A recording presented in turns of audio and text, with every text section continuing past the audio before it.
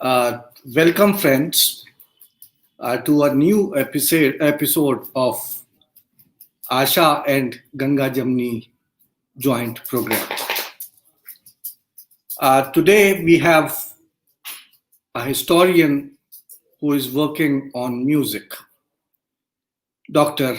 Katherine Schofield. Katherine Schofield, probably most of you would be knowing her by her earlier name, Catherine Butler Brown, is a historian of music and listening in Mughal India and the para-colonial Indian Ocean, and a senior lecturer at King's College, London. Catherine's research interests lie generally in the areas of South Asian music, the history of Mughal India up till 1858, Islam, and the intersecting histories of the emotions, the senses, aesthetics, ethics, and the supernatural. Working largely with Persian and latterly Urdu, sources for Hindustani music that circa 1570-1860. A recent work, she has established music as central to Mughal technologies of sovereignty and selfhood. Identified classicism processes at work in early modern Indian arts, located the relationship of Ragbala paintings to their melodic inspirations in shared notions of power, told tales about ill-fated courtesans and legendary ustads, and traced the lineage of the chief musicians to the Mughal emperors from Akbar to Bahadur Shah Zafar. Katherine is well known for her academic essays, including Did Aurangzeb Ban Music?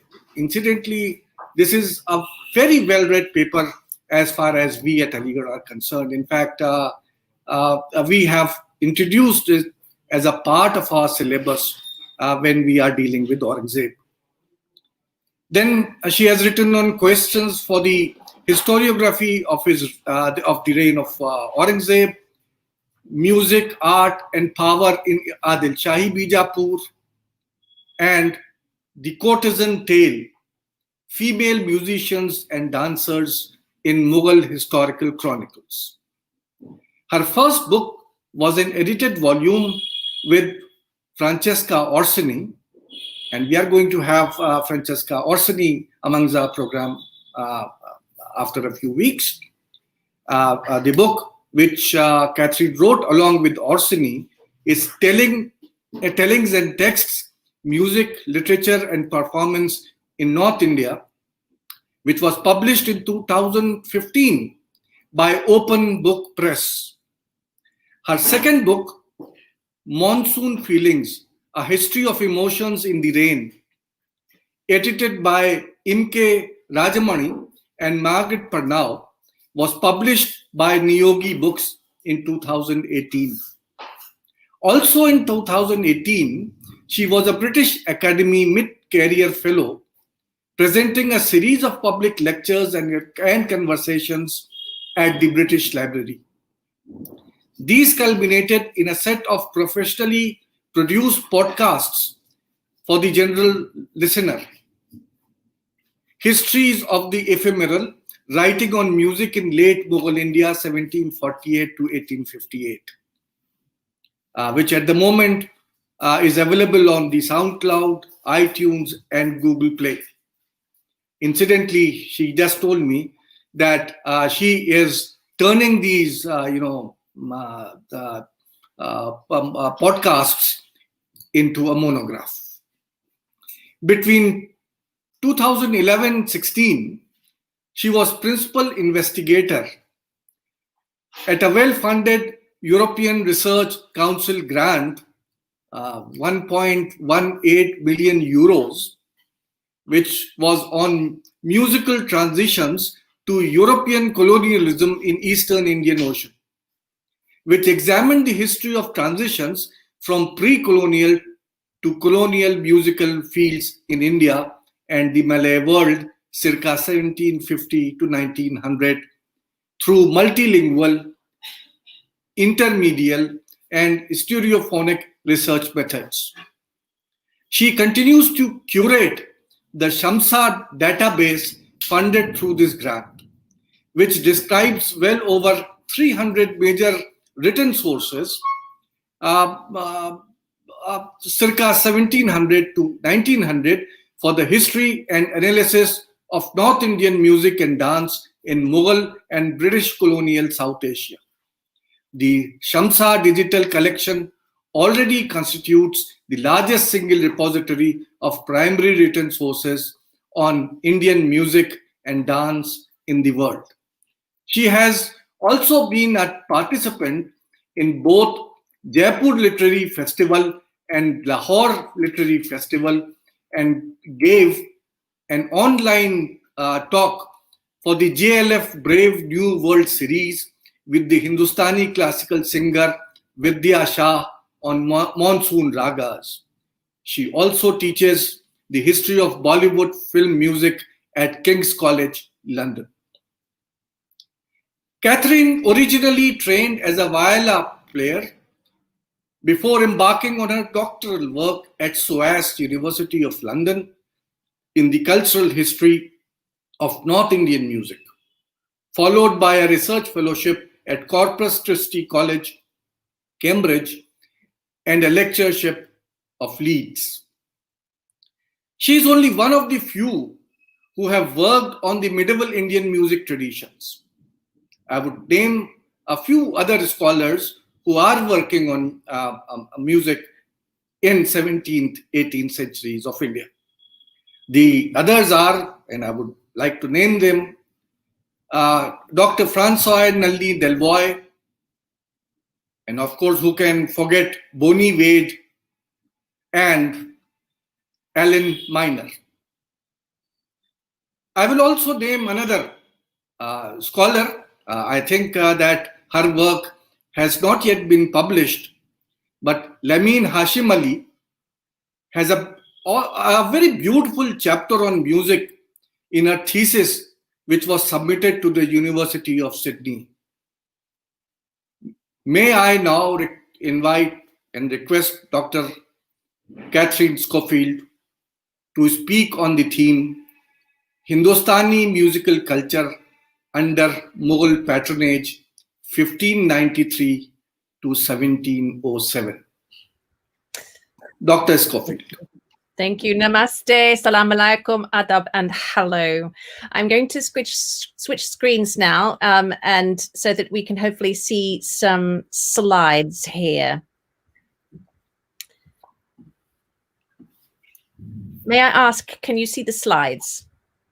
Yes, we can. Brilliant. Okay, thank you so much. It's an absolute pleasure to be speaking to you on this subject, which has been my life's work so far. And as the great musician Tansen is said to have sung once, music is a vast ocean from which I could only ever drink one drop. And if that was true of the great Tansen, then it's 100 times truer of myself. I'd be delighted to answer any questions that you have. And also, if anybody wants to speak about the late Mughal periods and the period of the White Mughals, that's the current work that I'm doing at the moment. But we're going to go back now to the 17th century and to the period of canonization of Hindustani music theory in Persian and in Braj Bhasha, although I'll only be talking about the Persian epistemology system of knowledge today. Okay. Today, Hindustani music is recognized internationally as one of the world's great classical music traditions. Its 20th century appearance on the public stage as a national classical music for the respectable middle classes owes much to colonial era reforms. But it was largely under earlier Mughal and elite provincial patronage that the core practices and contours of the Hindustani system as we know it today were consolidated between the reigns of Akbar I 1556 to 1605, and Akbar II, Akbar Shah, 1806 to 1837. Hindustani music's roots and some of its forms are substantially older than this, of course. Written treatises on Indian music in Sanskrit, Sangita Shastra, date back well over a millennium before the arrival of Babur's armies on the plains of Hindustan. And in Persian, they date to as early as 1375. And of course, the great Amir Khusro was writing long before that too. Elite songs in rag and tal had become the preferred taste of Turkic as well as Hindu rulers across North India and the Deccan within a century of the slave dynasty's conquest of Delhi in 1206. In contrast, the first two Mughal emperors showed little interest in Hindustani musical forms, apparently. Babur was emperor of Hindustan for only 5 years, and Humayun spent a lot of his reign in exile in Iran. But thereafter, Mughal taste became geographically expansive, from Akbar's stables of musicians from Mashhad, Herat, and Gwalior to Jahangir's penchant for Timurid court songs, and from Aurangzeb's love of the Hindustani Pakawaj to his father's patronage of the maestro Shauqi, who struck Persian maqams and Hindustani rags from his West Asian tambur with equal finesse. But from the last half of Akbar the Great's reign, it was increasingly the elite theorized forms of Hindustani music, privileged and provincial courts from Kashmir to Arakan and Kathmandu to Bijapur, that engaged the Mughals' attention. These forms were principally the rags themselves, and a set of virtuosic song genres in rag and tal, composed in courtly registers of North Indian languages, Drupad, Khayal, Tappa, Tumri, Ghazal, Tarana, and instrumental forms on the Rudravina, Rabab, Pakawaj, Sarangi, Tambur, and from the 18th century sitar, tabla, and later sarod. As is still the case, except on grand occasions, these forms were performed as intimate chamber music by small professional ensembles comprised of 1 or 2 singers and accompanying instrumentalists. Women and transgender performers also danced. Beginning in Akbar's court, these forms and their performance practices became the closely guarded intellectual property of multi-generational guilds built around households of male hereditary professional musicians from the Kalawant, Qawwal, and Dhari communities and their disciples, which included the highest status female courtesans. After 1857, these lineage guilds, as we all know, became known by their current appellation, Gharana. By the time the last Mughal emperor, Bahadur Shah Zafar, ascended the throne, the discrete set of practices that still constitute the core repertoire and traditions of Hindustani music today had coalesced under Mughal and Rajput patronage. This makes this period critical in the history of Hindustani music. To steal Daniel Newman's famous line, however, this evening's talk is not about Hindustani music per se. Instead, I'm talking about its patrons and the place of Hindustani music in the thought and social life of Mughal listeners at the empire's height from around 1593 to 1707. My examination is based on a range of rich Mughal sources in Persian on sound, listening, and Hindustani music. That we know so much about Hindustani music in this period itself testifies to the fundamental importance of musical patronage to the Mughals and to the elites of various castes and creeds who helped run it and sustain its power. Indeed, it is music that is by far the best documented of all the arts and sciences cultivated in Mughal India. Hundreds of individual works on music from the Mughal period are still extant in Sanskrit, in the North Indian vernaculars, most notably Braj or Hindavi, and especially in Persian. Particularly significant with this evening's discussion is the most important cluster of Mughal treatises on Hindustani music, those written in Persian during the reign of Aurangzeb, 1658 to 1707, which had an explicitly canonizing intent. And this is a picture from the copy of the Miftah al-Sarod, which is currently in the Victoria and Albert Museum in London. And it's in a very, very delicate condition at the moment. So I was very, very lucky to be able to photograph it. And you're very lucky to be able to see this beautiful icon of Rag Meg. Music in the Mughal world was fundamentally wrapped up with ideas about pleasure and its place in the lives of elite listeners.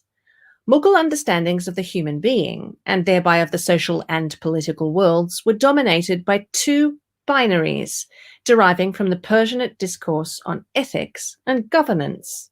These were, firstly, the inner struggle between reason and the emotions anger and desire, and secondly, an outer struggle between the domain of duty and the domain of manly pleasures in the case of desire and manly sports in the case of anger. In both, for virtue to prevail, reason and duty must ultimately subdue desire and pleasure. But this victory did not entail the annihilation of desire and pleasure. Instead, it demanded mastery over these domains. This mastery had to be displayed to the world if it would be deemed a virtue at all. The domain of pleasure, therefore, had an essential place and role to play in the inward and outward maintenance of Mughal power. The Mughals' successors, the British, utterly misunderstood the serious purpose of pleasure in the life of the Mughal court, with profound implications for Mughal history. Mughal historians themselves sometimes used the rhetorical trope of an excessive devotion to pleasure to signify a threat to the political order, which colonial historians then conveniently misread as a literal statement. But the colonizers principally deployed the slur of decadence to present British rule as a welcome relief to the Indian people. H.M. Eliot viciously denounced all Muslim rulers down to his own time, writing in 1849 as, I quote, sunk in sloth and debauchery and emulating the vices of a Caligula or a Commodus, unquote. From a Mughal perspective, however, duty was not possible without a circumscribed time and place for pleasure, and pleasure was thus a serious business subject to scientific rationalization. Patronage and connoisseurship of music, recited poetry, dance, and other ephemeral things were the core practices of the domain of pleasure in the Mughal world, which took place largely within the highly scripted, intimate social institution of what they usually refer to then as the Manchelist, and what we now refer to in relation to music as the mehfil. Music had a particularly important role to play in this space. Hindustani music was understood in Mughal writings to be the sonic vehicle of the emotions of joy, love, and longing, all of which belonged to the domain of desire. But as importantly, music's powers were construed as having a rational basis in mathematics, the purest of the Islamic exact sciences. Specifically, music was considered a direct channel of astral power over terrestrial affairs. Musical patronage and connoisseurship thus became a major social and political arena in which the inner struggle to place desire under rational control could be outwardly performed, with musical sound an indispensable agent in this effort. Important here is the idea of aesthetic sensibility, that is, one's emotional response to an object of art or beauty.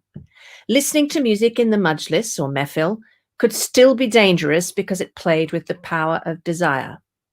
However, through setting aside a defined place in Mughal life for artistic patronage, and by controlling the emotional effects of art through the exertion of rationality, Mughal men could cultivate and experience the finer sensibilities. An elite man's temperament could be restored through musical listening to the inner equilibrium required to carry out his worldly duties effectively. This theory of internal individual temperament and external workings in imperial service and artistic patronage was underpinned by wider understandings of the nature of the physical body, the five senses, and their relationship to emotional temperament. And it's this that I'm going to unpack for you this evening as we go along. So, Consider a pair of quotations concerning the two emperors who bookend the period examined in this chapter. Both are from authorized accounts. The first was written by Abul Fazl in 1593 about the Emperor Akbar. I cannot sufficiently describe the wonderful power of music, this talisman of knowledge. His Majesty pays much attention to music and is the patron of all who practice this enchanting art. There are numerous musicians at court, Hindus, Iranis, Turanis, Kashmiris, both men and women. The court musicians are arranged in 7 divisions, one for each day in the week. When His Majesty gives the order, they let the wine of harmony flow and thus increase intoxication in some and sobriety in others. The second quotation, written around 1684, concerns the Emperor Aurangzeb. Though he has collected at the foot of his throne singers who possess lovely voices and clever instrumental performers, and in the commencement of his reign used to hear them sing and play, and though he himself understands music well, yet now for several years past, on account of his great restraint and self-denial, he entirely abstains from this amusement. Mirza Mukarram Khan Safavi, who was an expert in the musical art, once said to His Majesty, "What is your Majesty's view of music?" The Emperor answered in Arabic, "It is mubah, permissible, neither good nor bad." The Khan asked, "Then what kind of it is, in your opinion, most worthy to be heard?" The Emperor replied, "I cannot listen to music without instruments, especially bakavij. But your instruments are unanimously prohibited, haram, so I have left off hearing singing too." Traditionally, these two quotations have been read as evidence of Akbar's love of music and his enthusiastic patronage of different cultures, and of Aurangzeb's hatred of music and his cultural narrow-mindedness. These anecdotes have then been read in terms of the two emperors' contrasting cultural policies. Such a reading may indeed be appropriate in the case of Akbar. Particularly important is work that highlights the centrality of Persian literature on ethics, akhlaq, in Abul Fazl's construction of Akbar as an ideal man and emperor, work by people such as Muzaffar Alam, Sanjay Subramaniam, and Polly Yohannan in particular. Nasiruddin Tusi's Akhlaq-i Nasiri, 1235, and Jalaluddin Davani's Akhlaq-i Jalali, circa 1453 to 78, were integral to the construction of the epitome of Mughal statecraft, Abul Fazl's Ain-i-Akbari of 1593. Indeed, Abul Fazl placed himself in Davani's lineage of disciples and famously used the emperor's body and its balanced temperament as a homology for imperial state and household in the opening chapter of the Ain-i-Akbari. "A king," he wrote, "is the origin of stability and possession. If royalty did not exist, the storm of strife would never subside, nor selfish ambition disappear. Mankind, being under the burden of lawlessness and lust, would sink into the pit of destruction. But by the light of imperial justice, some follow with cheerfulness the road of obedience, whilst others abstain from violence through fear of punishment, and out of necessity make choice of the path of rectitude. The emperor puts the reins of desire into the hands of reason. In the wide field of his desires, he does not permit himself to be trodden down by restlessness, nor will he waste his precious time in seeking after that which is improper. He makes wrath the tyrant pay homage to wisdom, so that blind rage may not get the upper hand, and inconsiderateness overstep the proper limits."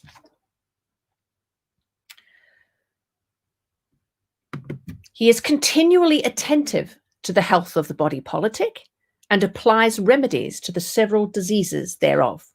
And in the same manner that the equilibrium of the animal constitution depends upon an equal mixture of the elements, so also does the political constitution become well-tempered by a proper division of ranks, and by means of the warmth of the ray of unanimity and concord, a multitude of people become fused into one body.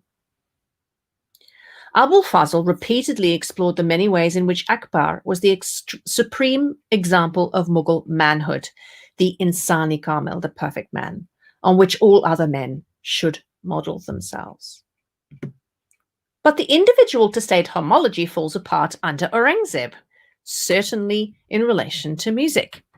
For despite his reputation as being more rigidly prescriptive than Akbar, and despite his personal renunciation of music in 1668, Aurangzeb did not ban music. Far from it. Aurangzeb was known widely in his time as a most knowledgeable and dedicated connoisseur of Hindustani music. He certainly knew more about it than Akbar, and until his death in 1707, he continued to allow his sons, most prominently Muhammad Azam Shah, who himself wrote khayal compositions, and his nobility to patronize art music unhindered. And here we have a painting from the 1680s of noblemen enjoying some kalawants in the bottom right-hand corner there, playing for them on the riverbank in imperial Agra. So then, if the emperor could renounce his role as cultural arbiter, as Shah Jahan and Muhammad Shah also did at times, the question then becomes, whence at such times did Mughal officials derive their models of ethical leadership in this arena?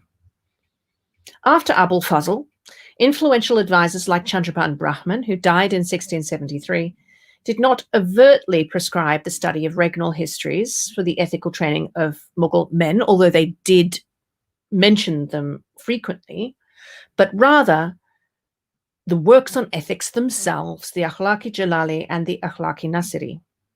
At this time, the specific model of the emperor was less important in an elite man's self-fashioning than more generic and widely available discourses on manhood. This became obvious in Aurangzeb's reign when the emperor largely withdrew from public participation in the cultural sphere, leaving the Mughal nobility to carry on without the emperor's presence as a model of behavior. In other words, it was the discourse that, in this case, set the pattern for modeling and not the emperor himself. Thus, the responses of Akbar and Aurangzeb to music should be read not as homologies of radically opposed cultural policies, but as two different and, crucially, equally legitimate responses to the absolute requirement for a man, and most particularly the ruler, to maintain at all times moral, mental, and physical equilibrium between competing internal powers. Together, these quotations lay bare the two nested sets of opposites that were counterpoised against each other in the moral and ethical systems of the Mughal Empire: reason versus desire and anger, and duty versus pleasure and sport. The opening passage of the Ain-i Akbari can also thus be used to show how akhlaqi theories about the self in action in the world could be personalized and activated in individual Mughal men. Abul Fazl's rhetorical flourishes concerning the emperor's reining in of his own desires and anger through reason and wisdom, and his creation of equilibrium and harmony in the body politic through the light of his justice, come from the akhlaqi theory of mind in relation to the body. According to the Akhlaq-i Jalali, two interlocking aspects created the human self: the disposition of the mind and the humoral constitution of the body. Both aspects needed to be held in balance in order for the self to act virtuously in the world. Let's begin with a potted summary of mind. And this is very simplistic for those of you who are aficionados of this literature. But we need to be simple here because it's quite tricky. For Diwani, the mind has two powers: the power of perception or comprehension, and the power of incitement. The perceptive power incorporates the contemplative or observing intellect, and the practical or active intellect, which through reason and rational decision enables the self to adopt right courses of action. The power of incitement incorporates the power of anger, the irascible faculty, which repels disagreeable things, and the power of desire, shahwi, the concupiscible faculty, which is drawn to agreeable things. By contrast, reason is construed as the superior power that distinguishes men and angels from beasts, the ruling and serene spirit the source of thought, judgment, and the desire to discern the truth of things. Human reason, Davani writes, the first power ought to have command over all the powers of the body, such that all are subdued beneath its influence, and each is compelled to do the work that this power assigns to them. It is by the other power's submission and subordination to the victory of this power that the government of man's internal state is regulated, lest states of disorder necessarily result. So, for good to prevail, the powers of incitement must be reined in by the power of reason. Under the regulating control of reason, its capacity to enforce equilibrium, ittidal, the powers of anger and desire can be transformed into virtues. If anger is cultivated rationally, it becomes courage, and desire, temperaments. Likewise, from the cultivation and exercise of the contemplative intellect comes wisdom. But it is the practical intellect that is the engine of equity or justice, adalat, and adalat is the paramount of the four cardinal virtues. The job of the practical intellect is to regulate the other three, bringing them into harmonious balance and perfecting them. Unrestrained by reason, courage slips from the virtuous mean and gives way to foolhardiness or cowardice, and temperance to greed or apathy. Without active judgment, constantly ensuring the maintenance of equilibrium, the whole system, individual body or bodily politic, collapses into vice and destruction. Okay, so body. The paramountcy of equilibrium is also central to the fundamental theory of the Greco-Islamic natural sciences, that all things, including human physiology, are constituted of four elements: fire, water, air, and earth. And these have significant parallels, including in the music treatises with Ayurvedic humoral medicine. These must be kept in equilibrium to ensure natural harmony. Equilibrium here being ittidal. Justice, adalat, and equilibrium, ittidal, have the same Arabic root, which Davani explicitly correlates, the first being responsible for mental health, the second for physical health. The powers of anger and desire could also be animated by humoral imbalance, anger being caused by an excess of yellow bile or desire by blood. Thus, someone with a predisposition towards biliousness would have a more difficult time using his rational mind to control the power of anger. Conversely, reason could marshal the external forces of humoral remedies, like music, to bring the powers of anger and desire back into appropriate subjection. Finally, before we move on from this little bit of technical description, even if one's mental disposition and bodily humours were perfectly regulated, if that remained hidden in the internal realm, the powers could not be made virtuous. Anger and desire could only become courage and temperance through action in relationships with others, that is, through outward exertion in the social world. The internal struggle between reason and desire thus had to be manifested externally in the domains of duty and pleasure. Moreover, the perfection of the virtues required social reciprocity.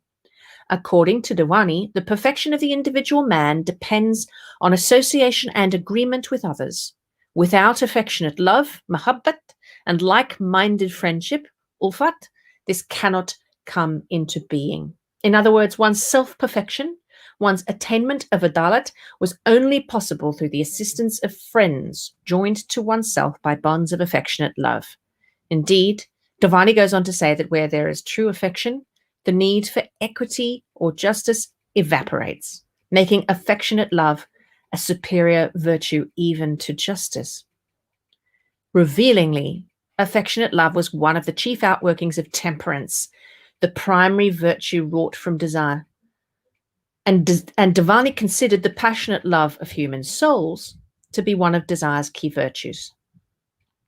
It should therefore be no surprise that the principal social arena in which friendship, affection, and love between Mughal men was nurtured was within the domain of pleasure, the primary domain centered upon the cultivation and control of desirable things and objects. In a nutshell, connoisseurship. This brings us to the social spaces in which the internal struggle for balance in relation to desire was displayed to the world. Connoisseurship, the province of the Ahli-Zawq or the Rasika, the one who tastes aesthetic pleasures and emotional essences, rasas, through a variety of sensory experiences, is an ideal arena in which to examine how Mughal men controlled desire publicly and reciprocally. This is particularly so of musical connoisseurship, because music was perceived to mediate the pains and delights of human love, the most difficult desire to control. It is also because Hindustani music was and still is designed to be at its best when performed in intimate spaces to a small group of aficionados, and because highly developed theories of reception and audience connoisseurship are central to its successful performance. The time and space dedicated to connoisseurship in Mughal India, and particularly to the patronage of musicians and reciters of poetry, was the Majlis, elsewhere called the Mehfil, the Bazam, the Jalsa, and so forth. Here I'm going to use Majlis because this is what it's most commonly referred to at this time. The Manchelist was a highly scripted institution whose boundaries, values, transgressions, and delights were recorded widely in Mughal painting, poetry, and collections of biographies or tazkiras, which themselves were often conceived as fantasy majlises, or majalis, to use the correct plural. It was recollected after 1857 through a haze of nostalgia in novels and films, and survives in altered forms today as the musical mehfil and the poetical mushaira. I will use Andrews and Kalpakla's very useful knowledge of scripting pertaining to the Ottoman Majlis to help us read through representations of the Mughal Majlis for traces of the fleeting sensory and emotional experiences that patrons of music sought and tasted. The highly stereotypical rhetorical ways in which the live Majlis was pinned down in different media, its scripting, do not entirely place its lived experience beyond reach. Rather, the script was in constant dialogue with and was inserted into the repeated experiences of live majalis that Mughal and Rajput men enjoyed over their lifetimes as connoisseurs. Critically, the script replicates that back and forth. Through repetition that is never entirely identical, the script lingers on and deepens our understanding of those sensual and emotional qualities most valued by Mughal-era connoisseurs. But most importantly, its replication and constant repetition across various art forms and recollections shaped elite men's expectations of the musical majlis itself and taught them how to experience it. The script taught them how this temporary live assemblage of sensory, emotional, and social stimuli should feel. It's worth considering some instances of this script across media and forms from the 17th century. Two examples of the genre painting: the Convivial Gathering, circa 1600 to 05, considered to be portraits respectively of Akbar and his son Salim, later Jahangir, although this is somewhat disputed. An entry in Sheikh Farid Bukhari's Tazkira of Mughal Officials from about 1649-50, an extract from the collection of tales The Bahar-e Danish, 1651, and verses by the Braj Pasha poet Vrind in 1691. Produced over nearly a century, these representations of connoisseur patrons and the Majlis demonstrate several continuities in elite social and cultural ideals. Indeed, there are hundreds of examples that express similar ideas about what pursuits and character traits were valued in elite men. Sheikh Farid Bukhari, an official in Shah Jahan's service, described Hussamuddin Khan as well known for his efficiency, understanding, learning, and perception. He is famous in the world for bravery, courage, and deliberation too. He is a well-spoken young man and has great physical strength. He is well versed in each branch of knowledge through his very frequent intercourse with learned men. His calligraphic writing is more manifest than the sun. In the art of music, he is second to Khaja Aqil and is without an equal in the extempore composition of poetry, witticism, and eloquence. Few will be found so fond of hunting as he. He is unique in the world in cherishing friends. The writer of this compendium, Sheikh Farid, is under obligation to him. Vrin's poetical description of his Mughal patron 50 years later couches his praise in Indic terms rather than Persianate ones. He was writing in Braj Pasha, but highlights strikingly similar qualities. He is handsome, steadfast, valiant, and skilled with a bow, generous, knowledgeable, an enjoyer, extremely generous in spirit. Mirza Qadiri is the jewel of his family, clever with emotion, experiencing delight, a connoisseur, a rasika. He understands matters of sentiment, ras, and pursues love wholeheartedly. He longs night and day for music and pleasure. Divided between skill in the arts of war and connoisseurship of the arts of pleasure, a number of things are valued here. The cultivation of courtly manners, elegant speech, knowledge, and understanding stemmed from the virtue of wisdom. Physical strength, steadfastness, bravery, and skill in the hunt and with the bow displayed the virtue of courage. Expertise in poetry, calligraphy, music, and witticism, generosity and the ability to taste pleasure and the emotions, and the knowledgeable patronage of poets, painters, and musicians, all of these were outworkings of the virtue of temperance. From other such records, to poetry, calligraphy, painting, and music, we can add expertise in the arcana of perfume, flowers, food, precious stones and metals, fine textiles, and youthful male beauty. These objects of connoisseurship appear widely in the genre of painting often called the convivial gathering, as symbols of the cultivated man, the ideal prince. Mughal painting of this period was iconic. What was valued was not unfettered novelty, but the virtuosity with which a painter rendered and combined traditional compositions, themes, and symbols. The composition of both these paintings is very close.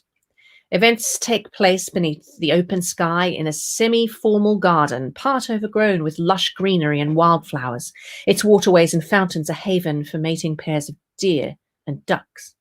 The central and socially most elevated figure, the patron, is seated under a canopy on a platform or chair placed on an exquisitely detailed carpet, its floral designs drawing the garden into the semi-interior space. On the far side, on the right, a servant holds the patron's sword, wrapped in red cloth, a symbol of his status and duty, but for the moment held in abeyance. The patron's attention is captured by a beautiful younger man, with whom he shares the intimacy of commensality, a shared wine cup, a delicacy offered, an embrace. In the painting of Salim, a young poet holds his book, ready to recite from it. In both, musicians suffuse the scene with melody. It's worth noting that Salim's musicians on the left are Hindustani kalawans singing Drupad, accompanied by the Rudravina, while Akbar's, on the right, play the Persian spike fiddle, the gachak, and the end-blown flute, the nai. Details may be changed according to the artist's fancy and intent, but the sound of music must ever fill the painted world. Music, wine, and poetry, and beautiful young men turn out to be objects of connoisseurship par excellence in Mughal-era texts and painting, and were often enjoyed together in the Majlis. Such a gathering is described thus in the Bahar-e-Danish. The shouts of pleasure and rejoicing reached the extremities of the globe. The wine of gladness sparkled in the goblet of congratulation, and the sprightly melody of lively airs from the lute eased the mind of care. In every apartment they strewed a variety of flowers and sweet-scented herbs, and mixed together whole bags of the musk of asfir and essences of ambergris to regale the senses of the joyous assembly. Fascinating vocal performers chanted mirthful strains, and magic-sounding musicians like Venus drew forth the notes of delight. Jasmine-faced cupbearers with ruby-coloured wine gave zest and brilliancy to the assemblage of pleasure, and smiling flower-bearers with their varied attitudes drew the hearts of beholders into the snares of their tangled tresses. Wine, music, fresh flowers, perfume, youthful beauty, and the promise of pleasures to come. They may be stereotypical, but as script, they signify joy, delight, love, and desire, leading to ecstatic fulfillment in the transient moment. How? According to the philosopher Abu Hamid al-Ghazali, who died in 1111, The love of God is the highest of all topics. We come now to treat of love in its essential nature. Love may be defined as an inclination to that which is pleasant. This is apparent in the case of the five senses, each of which may be said to love that which gives it delight. Thus the eye loves beautiful forms, the ear, music, etc. But there is a sixth sense, or faculty of perception, implanted in the heart, through which we become aware of spiritual beauty and excellence. Thus a man who is only acquainted with sensuous delights cannot understand what the prophet meant when he said he loved prayer more than perfumes or women, though the last two were also pleasant to him. Following this, Mughal writers viewed wine, music, perfume, beauty, and physical union as the manifestation of the power of desire as it pertained to the five senses: taste, hearing, smell, sight, and touch. In the words of Abul Fazl, the magical Nairangi, Jadu, power of music caused the beautiful creatures of the harem of the heart to shine forth on the tongue. The melodies then enter through the window of the ear and return to their former seat, the heart, bringing with them thousands of presents. The hearers, according to their insight, are moved to sorrow or to joy. Music is thus of use to those who have renounced the world and to such as still cling to it. Music was thus a direct vehicle of human and divine beauty, desire, love, longing, and sorrow to the listener, with unmediated access to his soul and the power to transform his emotional state, generally to beneficial effect, tasir or asar. Words used most commonly in Mughal era literature for music's effects are those for pleasure and delight, with lots of nuances: haz, khush, surur, zoq, shauq, lazzat, nishad, nimet, dilchasp, dilruba, and lots of other heart words, or those for sorrow, pain, and separation, especially hazin, dard, and firaq. To preeminent music connoisseur Fakhrullah Saif Khan, writing in 1666, the arousal of tender sympathy in the heart was both what music is, its very essence, and its result. And the job of musicians in the Manchelist, as Dargah Quli Khan pointed out, was to steal hearts or to wound them. What is most interesting, though, about these scripted sensory objects of desire is that all of them are perishable. The beauty of poetry was much more in the sound of its recitation than its calligraphic form. These objects' principal beauty and worthiness of connoisseurship lay in their experience in the moment, in the tasting of their intense but fleeting sensory and emotional flavor. Indeed, their momentary presence in the world heightens and draws attention to the primary emotion the Manchelist was designed to explore: the poignancy of transience, the double-edged sword of delight in love found and grief in its inevitable loss. But the other great Mughal value on display in these depictions is affection, the value of male friendship. The phrase Bukhari uses repeatedly in his praise of commendable men is "he was known for cherishing friends." In perusing the biographical literature, it becomes clear that in the Mughal world, connoisseurship of the arts, crafts, and sensual experiences was inseparable from a highly cultivated ethic of male friendship that went way beyond conviviality. In a volatile political situation, there were few bonds that guaranteed loyalty. Ideally, the ties of kinship should do that, but historical chronicles show that biological, milk, and marital bonds were regularly betrayed. More steadfast and revered than any of these bonds, if one were lucky enough to find it, was the friendship of a trusted companion. Legendary friendships, such as that of Mahmud al-Ghazni and his slave Ayaz, were held up in poetry as the ideal of Mughal relationships. Other less exalted relationships were celebrated in tazkiras, like the mutual devotion of Fakhrullah and the famous poet Nasir Ali. Such intense friendships were common between Mughal men of similar status. The mahabbat or dosti between two men was regarded as the most powerful human bond because it was chosen on the basis of spiritual sympathy and shared interests. Babur's cousin, Mirza Haider, in explaining why he rejected the duty of a closer blood tie to fight for Humayun in 1540, wrote, "Now the Emperor Humayun and myself had become friends after the Mughal fashion, and he had given me the name of Dust. In council, he never addressed me by any other name, and on imperial orders, it was written in this manner. No one of my brothers or the sultans of the time who had been in the emperor's service had ever been honoured in such a way as was I, Mirza Haider, who, being the approved friend of such a prince as the emperor, was called not merely brother, but was chosen as Dost." And we did need to give him a little bit of liberty for probably some hyperbole here. In music, intimate friendship and connoisseurship went hand in hand. It's clear from the canonical musical literature of the 1660s to 90s that friendship was central to its production and reception. The primary stated audience for music treatises was the author's friends, and only secondarily, if at all, performers. Treatises likewise circulated through the wider friendship network of patron connoisseurs, with one exception, Aurangzeb's chief Kalawant Rasparas Khan. All of the writers of these texts were Mirzas of rank in Mughal service. Fakhrullah directs his statements consistently towards connoisseurs. That his audience was intended to be fellow travellers of his own class, as opposed to professional musicians, is indicated by the known readership of his musical treatise, the Rag Darpan. Speaking of his faulty first draft, which was about 1664, he wrote, "It so happened that some of my friends whose entire pleasure, Zauq, is in music, came and insisted upon having a copy of the first draft. To any of my friends, Dust, and to all men of discernment who are in possession of the first draft, a humble request is made to discard it." In short, the intended audience for his writing was his intimates and other like-minded patrons. As one of Aurangzeb's top 150 mansabdars, the likelihood that Fakhrullah pursued friendships with professional Hindustani musicians is remote.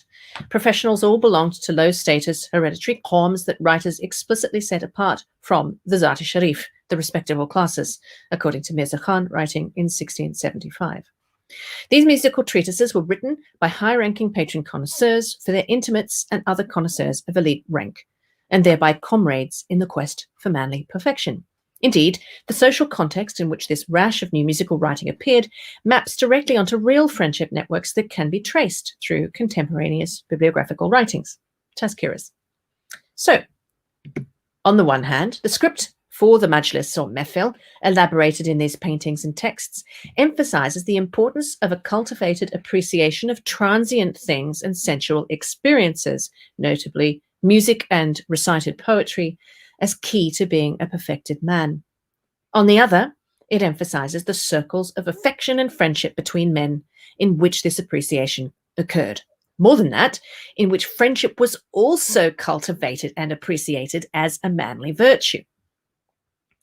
How then did the connoisseurship of music work in the Majlis to control and make virtuous the domain of pleasure, thereby both demonstrating a man's mastery of reason and reinforcing that most important of Mughal virtues, affection between friends? Because music possessed power, and because that power activated desire in the listener, if not very carefully controlled, music could unbalance the listener's equilibrium, unleashing his desires and potentially wreaking moral havoc. The Anwar Saheli put this destructive potential in the terms of the akhlaq literature, using the same horse and rider imagery as Abul Fazl, but this time with music destabilizing the king. And I quote, "A king had a musician of a pleasant voice and a sweet performer who, by his enchanting melodies, bore the foot of reason out of the stirrup and wrested the reins of self-possession from the hand of patience and endurance." Cautionary tales about courtiers and kings who become so lost in listening to music that they neglected their duties as rulers and thereby suffered the loss of their lands and even their lives are so prevalent in Mughal literature as to constitute a standard rhetorical topos. And this forms the basis of my article, The Courtesan Tale. So carefully did music have to be handled that musicians themselves were considered of very dubious status in prescriptive literature, to be separated as far as possible from men of virtue. "Take care of the pen striker and sword striker," says Sadi in his Bustan, "not the musician, for manliness comes not from the string striker. This is not manliness, but the enemy in the affairs of war, thou, confused with the wine cup and sound of the harp." Dawani notes, that a man should not be friends with someone whose passion for amusement and diversion, particularly to listening to music and the intimacy of musicians, interferes with his feeling for a genuine friend. If so, no wish should be entertained for his attachment. It is worth noting that the ethical literature and cautionary tales do not denigrate listening to music per se. Rather, they criticize excessive attachment to music and friendship with musicians, an attitude sometimes even expressed by notorious pleasure seekers like Dargah Quli Khan, who lavishly documented Delhi's elite Majalis in about 1740. The attempt to reinforce musicians' low status through shunning friendship with them was paralleled during the Majlis itself by moves to rein in musicians' sonic powers over elite listeners. Indeed, much of the highly technical knowledge found in Mughal music treatises might be considered to constitute intellectual controls put in place in the etiquette of connoisseurship to harness the power of music, first to control it and then to wield it. The fundamental job of the musician in the Majlis was to arouse pleasure and delight in listeners through both beauty of voice and the melodies performed. Notably, Mirza Khan particularly commended singers whose voices could produce contentment, pleasure, and sweet delight in the heart, or possess such sorrow that the singer's fingernails scratch the heart and listening to them arouses tender sympathy.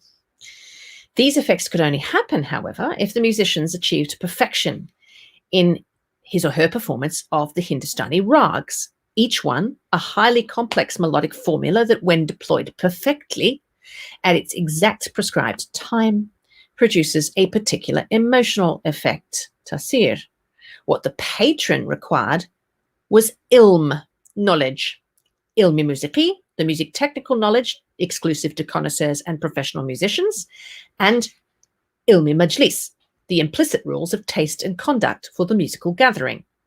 All the Aurangzeb era treatises are presented as written repositories of this precise knowledge for the patron, so that, and I quote, listeners who do not know this art can learn from this book in order that in the musical assembly, musicians and others who have the stamp of genius are not put to shame, and the connoisseurs of music do not find fault with them. And that's from the Miftah al-Sarod, 1664.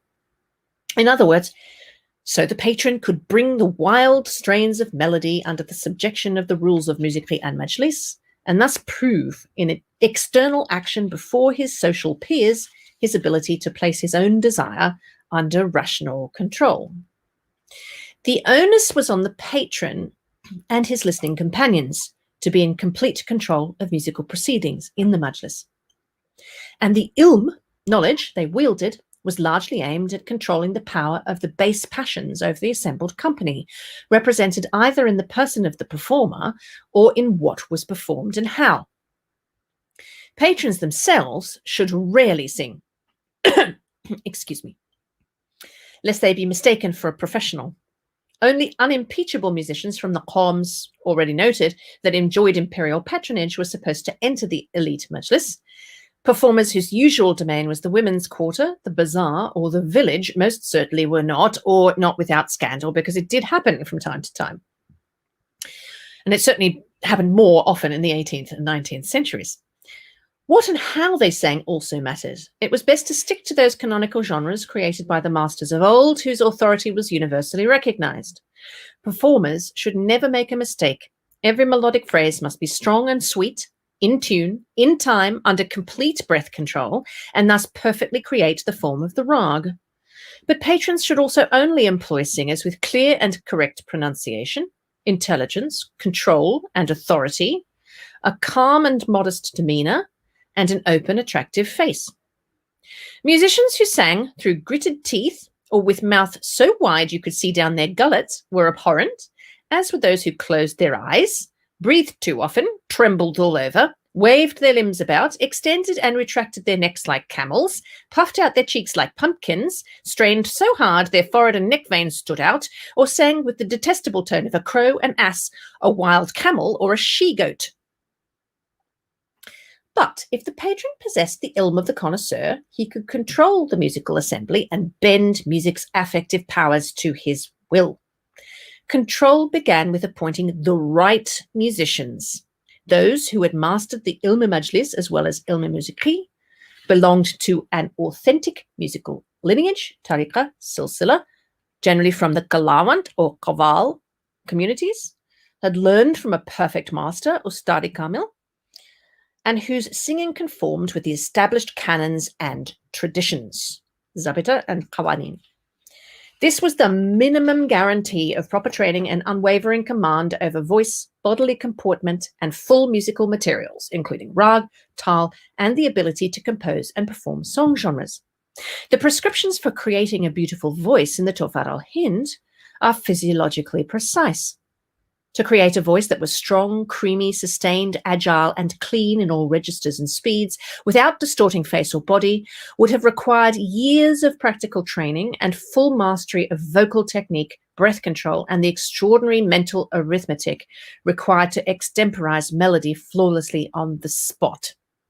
Such ingredients produced a near disembodied performer perfectly in control of his or her musical materials, and thus able to act as an unpolluted channel of the power of the rags to the ears of listeners. Once under control, music's acknowledged power over the emotions could then be wielded to beneficial effect. Musical sound was such a potent force in the struggle between reason and emotion because it could, it was believed, deliver both. Music was the sonic vehicle of desire, but it was also a key source of adalat, and as such could strengthen the rational mind and generate courage or temperance, or produce equilibrium in the bodily humours. This was because music's powers were rooted in the Greco-Islamic exact sciences, in astrology, and in the mathematics underpinning musical acoustics, which exact scientists had tied together across Eurasia since Pythagoras. And music is what Jalaluddin Davani used as his primary proof of the scientific basis of adalat and of the theory the four cardinal virtues of virtuous means between extremes of excess and insufficient exertion of the powers. Right in the middle of the Akhlaq-i Jalali is an extended treatise on music theory, which establishes mathematically the Pythagorean acoustical method of tuning the 12 notes of the scale. Because music, alone among the arts, is rationally based in mathematical ratios. This is true, by the way. The harmonious functioning of musical acoustics was mathematical proof of the scientific basis of equilibrium in general. In order to bring balance to the powers of mind, musicians were enjoined to manipulate the parameter of tempo, speed.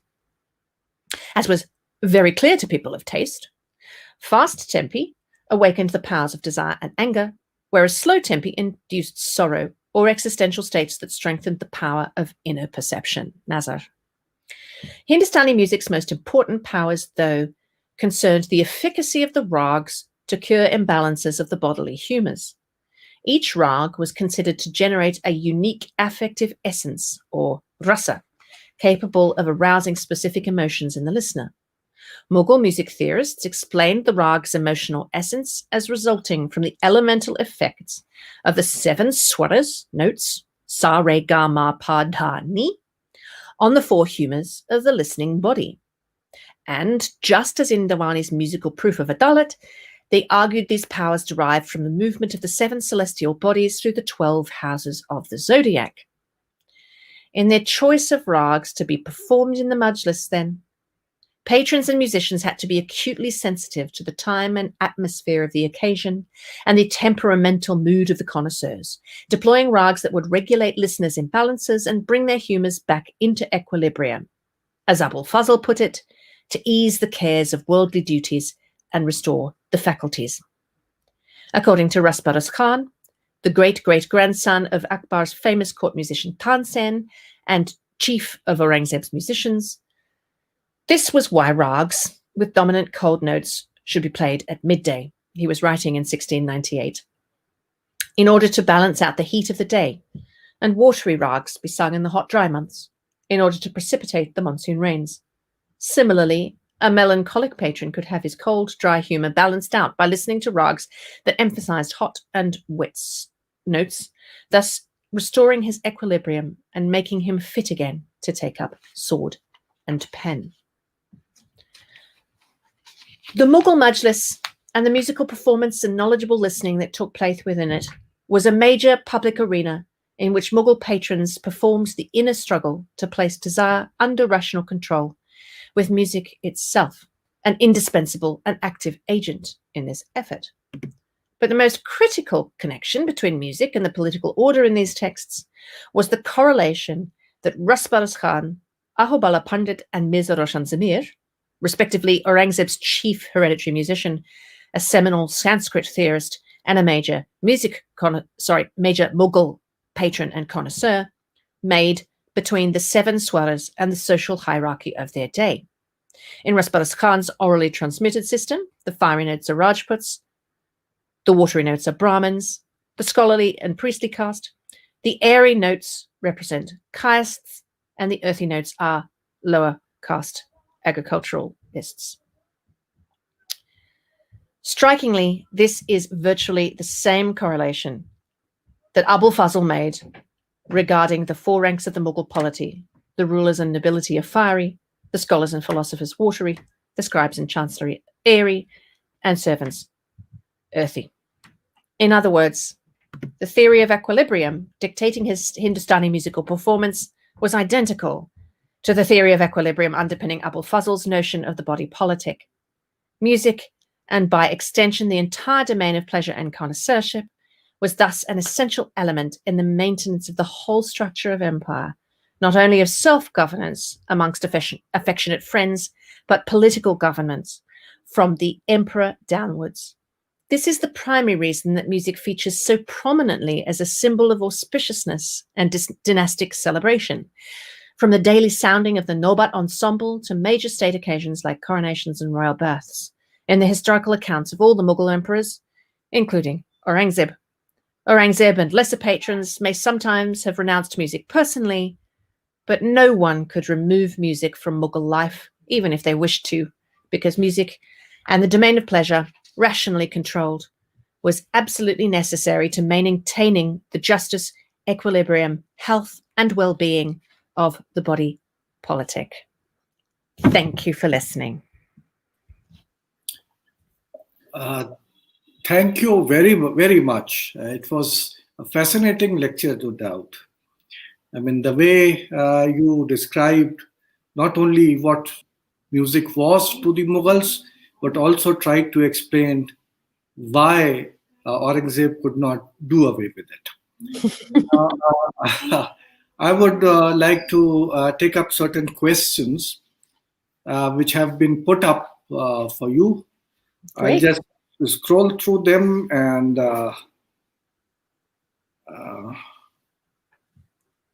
well, there is a question by Zainab Dakwi. First of all, she thanks you for a very intriguing lecture. Thank you. And then she said that you had, in fact, said that in your article on that did Aurangzeb ban music or not, that Manuchi and Khafi Khan's sources are not reliable.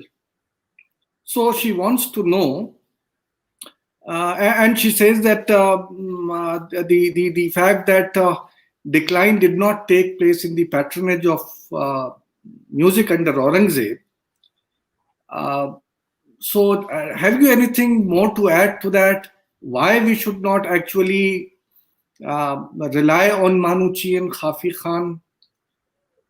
Was there any sort of real decline in the court or not? Because we do know that there are certain sources which stop mentioning music after Manuchi and after Khafi Khan says that it was banned, although all of us agree with you that actually happened. So can you satisfy Zainab the question which she's asking? Sure. Thank you so much for that lovely question, Zainab, and it's my pleasure to answer it. So it is quite confusing, of course, because I was Catherine Butler Brown before, and so I'm now Katherine Schofield, and I haven't changed my mind. So I think it's important to recognize not so much that Manuchi and Khafi Khan are unreliable, although Manuchi certainly is, more that we misunderstand them and take them far too literally.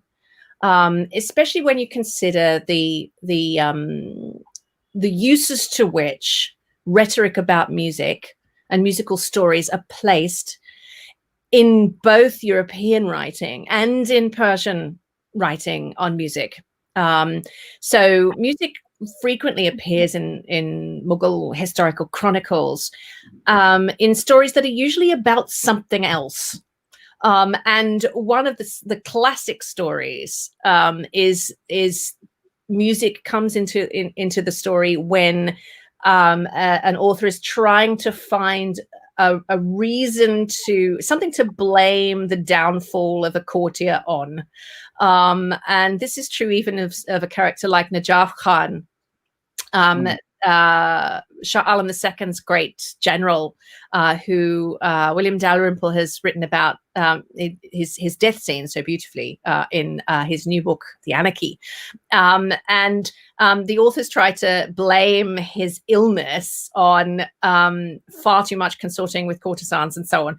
There's really, he had a disease. It had nothing to do with listening to too much music.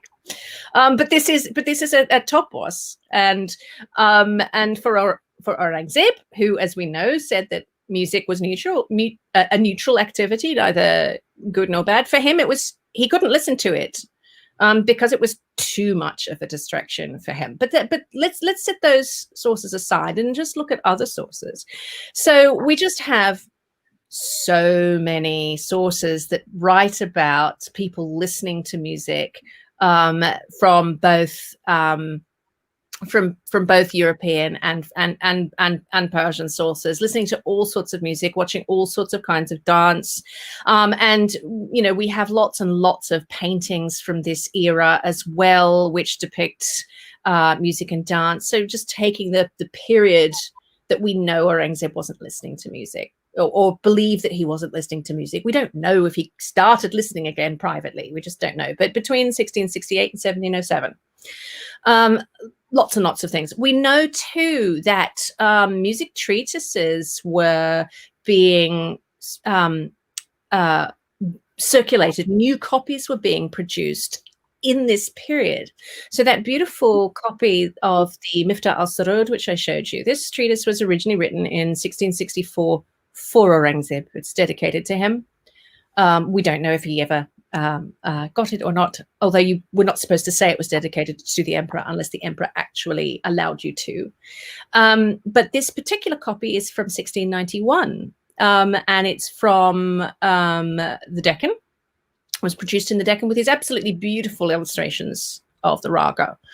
We don't know exactly who owned it, but it was certainly in the Deccan while Aurangzeb was fighting in the Deccan, probably, a member of his army who owned this and had this written out and illustrated for him in Aurangzeb's camp, perhaps. We don't know for certain. There's also a copy of Mirza Roshan Zamir's masterful work, these Tarjome Parijatak, which is his translation of Ahobola's Sanghita Parijata. Absolutely brilliant work, both of them, both the Sanskrit and the Persian, which was produced, rewritten for somebody in 1688. It's a very nicely written copy, very clear, no illustrations, clearly designed as a vehicle for knowledge for somebody. So that's just those two things. We also have the evidence of Rasbaz Khan Kalawand himself, who is the descendant of the great Tansen, in the direct lineage, writing his own treatise for Aurangzeb in 1698. But there are just lots. It's completely impossible that music stopped. One of the best examples actually is Aurangzeb's son, Muhammad Azam Shah, who was 15 in 1668 and died in 1707. So his entire career as a connoisseur coincided with the supposed ban. And he was the first patron, of course, of the great Persian poet Bedil. And depending on how you pronounce it in slightly differently in India and Iran. And he was also the first patron of Sadarangji, the great 18th century musician who died in 1747. As a young man, he was a Drupad singer and a bean player, and studied khayal with some qawwals in the entourage of Muhammad Azam Shah. But Muhammad Azam Shah also himself composed khayal compositions. I have no idea whether there are any still in the repertoire, probably not. And we know who he composed them for as well. He composed them for his best friend, the grandson of Shaista Khan. So these stories, sort of date immediately after Aurangzeb dies. So, there's no sense in any of the literature until almost the middle of the 19th century, in Persian anyway, that Aurangzeb banned music. The first time, to my knowledge, that this story appears in Persian writing on Hindustani music is in the 1830s, I think. In the I don't want to give you the wrong information, but it's certainly the 19th century. Before that, this is not a story. There's also a collection of Drupad compositions in each of the ragas with beautiful illustrations of Drupad of each of the ragas as Ragamala paintings in Yale University, and dating from about 1720, and each one of these Drupad compositions is dedicated to Aurangzeb.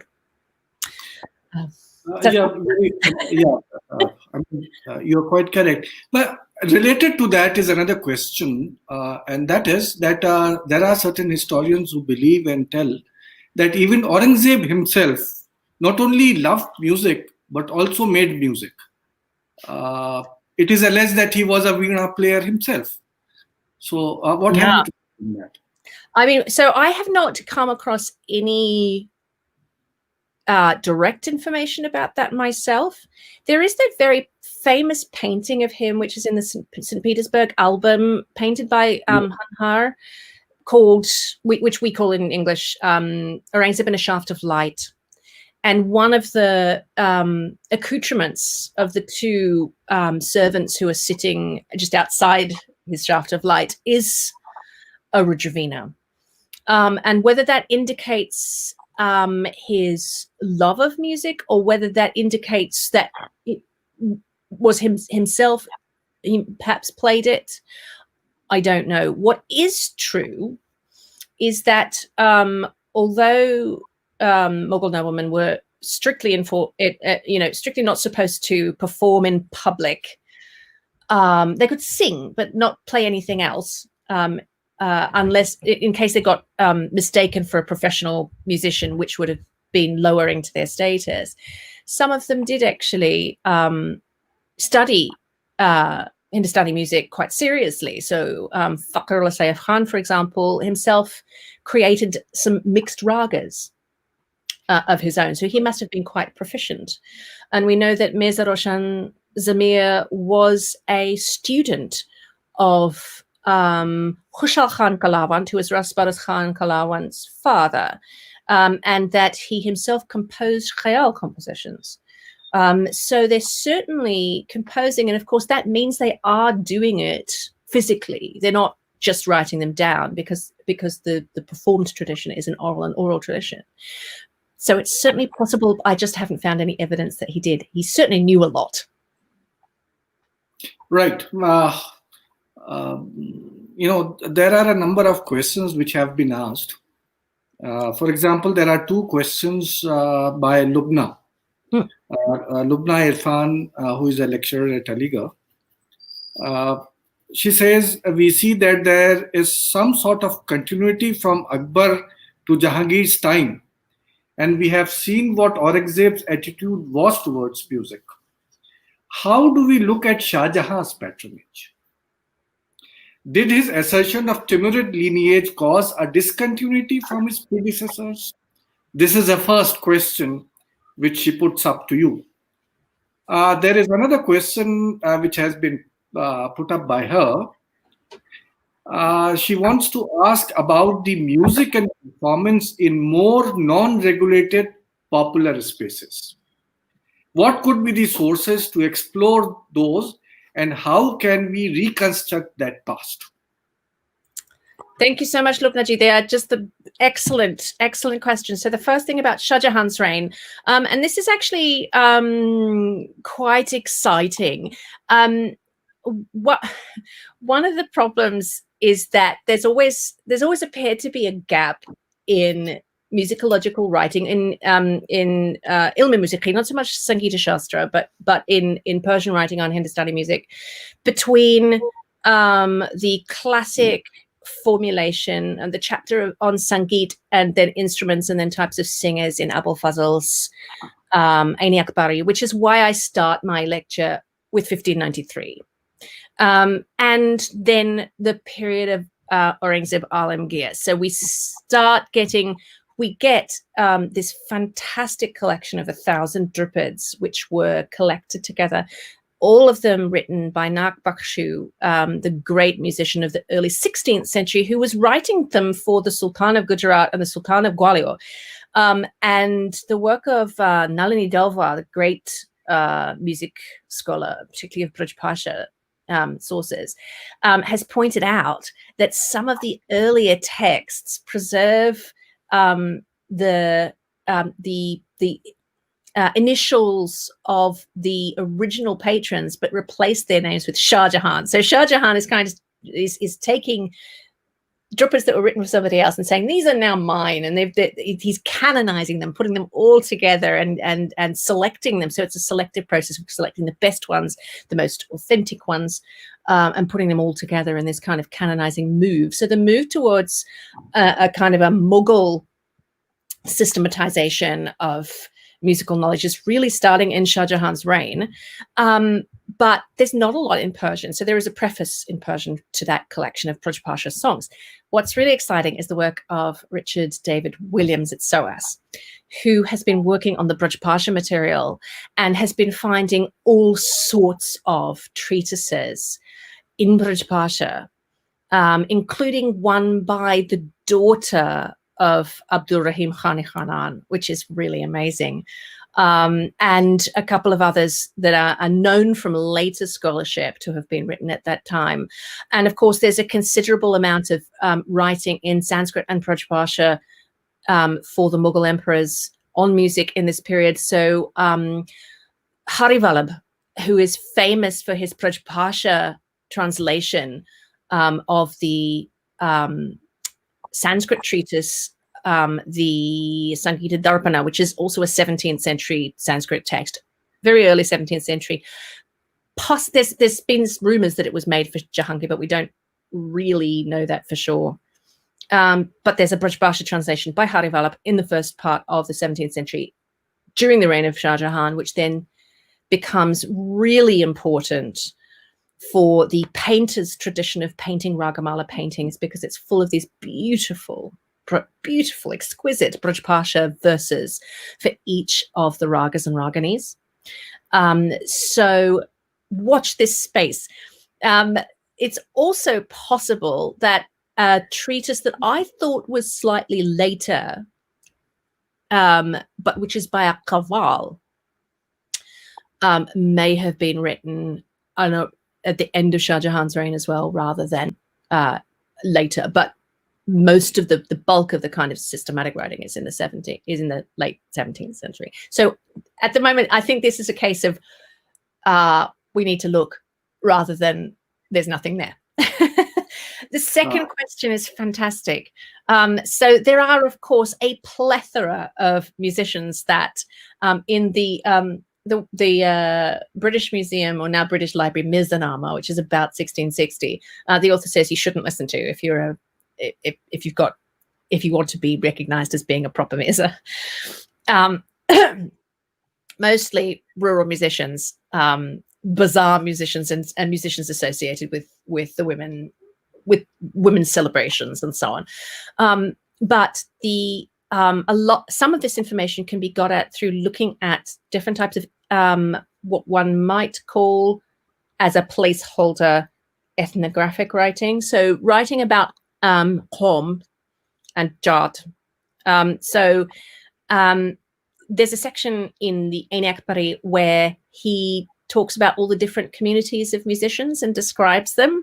And a number of those musicians are not musicians who the later treatises say are allowed to go into the elite mehfil. They don't sing in Raga Ragni. They or Tal. They sing folk genres, they sing war genres. And there, it turns out that there are long-standing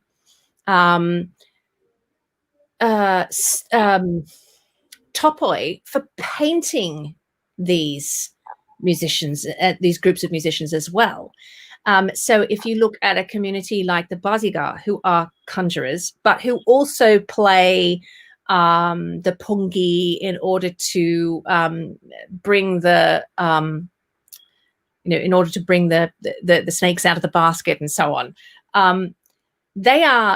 There's a little entry in on them, I think, in the Ain Akbari. There certainly are in later kind of descendants of this text, and there are paintings of them that are almost identical, going back to the earliest I found is in the background of a painting of the shrine of Hazrat Moinuddin Chishti at Ajmer from the mid-17th century.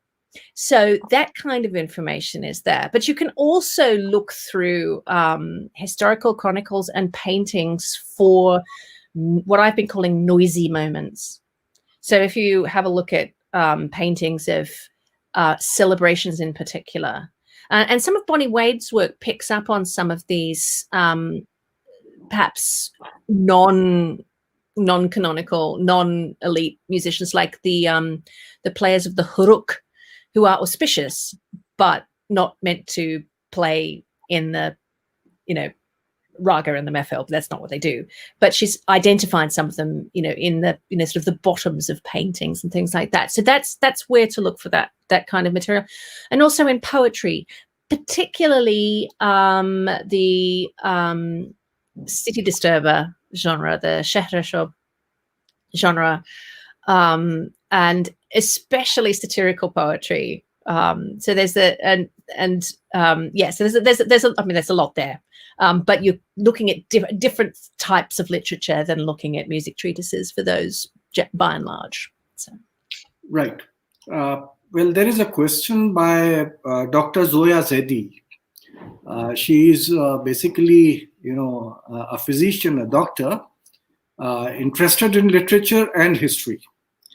And she asks, when music is so powerful a medium of control of finer senses, producing equilibrium in the body and mind, transcending the self and elevating the human soul to a higher level, how did it become so much of a no letter in Islam?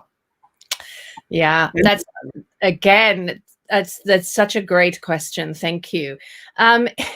Essentially, it has always been a matter of controversy in Islamic jurisprudence.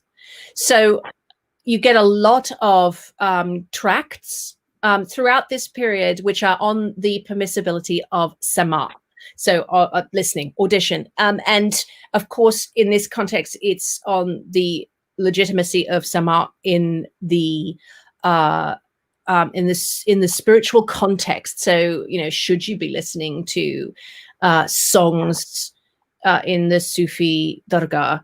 Should you be, if you are listening to songs, should they be accompanied by instruments? Should they be accompanied by drums? And those kinds of questions. And they come for or against. And a lot of the introductions to the music treatises will have a bit of this argy-bargy in the introduction. But it's always been regarded, as Aurangzeb said, as mubah. So neutral, neither good nor bad. What makes it good or bad is how it is used. So there's Al-Ghazali is the place to go for this, and his writings were actually very, very influential on Mughal thinking and on music as well. And he talks about ikhwan, zaman, and makan. That is to say, company, time, and place. If the company and the time and the place are all respectable and respectful, then, and the content of the music is not disgusting or rude, then it's permissible. If one of those things is off, so if you are missing Friday prayers to have a mehfil, then that's a problem. That shouldn't happen. But there are good times for these things. So it's actually about disposition of company, time, and space here. But it's also worth noting that many, there's a whole spectrum of opinion on this. And of course, all of the musicians, the hereditary musicians at this time were themselves Muslims. Apart from, interestingly, Pakawach players tended to be Hindu. I'm not entirely sure why, but certainly singers and string players. It's very complicated. But the answer is it's not forbidden. It's a certain group of people who've decided that that's what they're going to say. Well, another question to you by Sagnik Sarkar.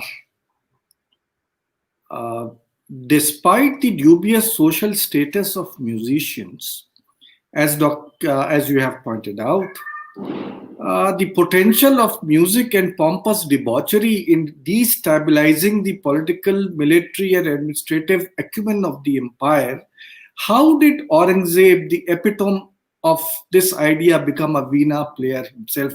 I think you have answered this question. But how do we reconcile this contradiction with, he says, secondly, does Abbasid era Al-Farabi's concept of an ideal Islamic philosopher king with his extensive work on importance of music, Kitab al-Musiq al-Kabir, have any influence on musical patronage and musical education of Mughal royalty?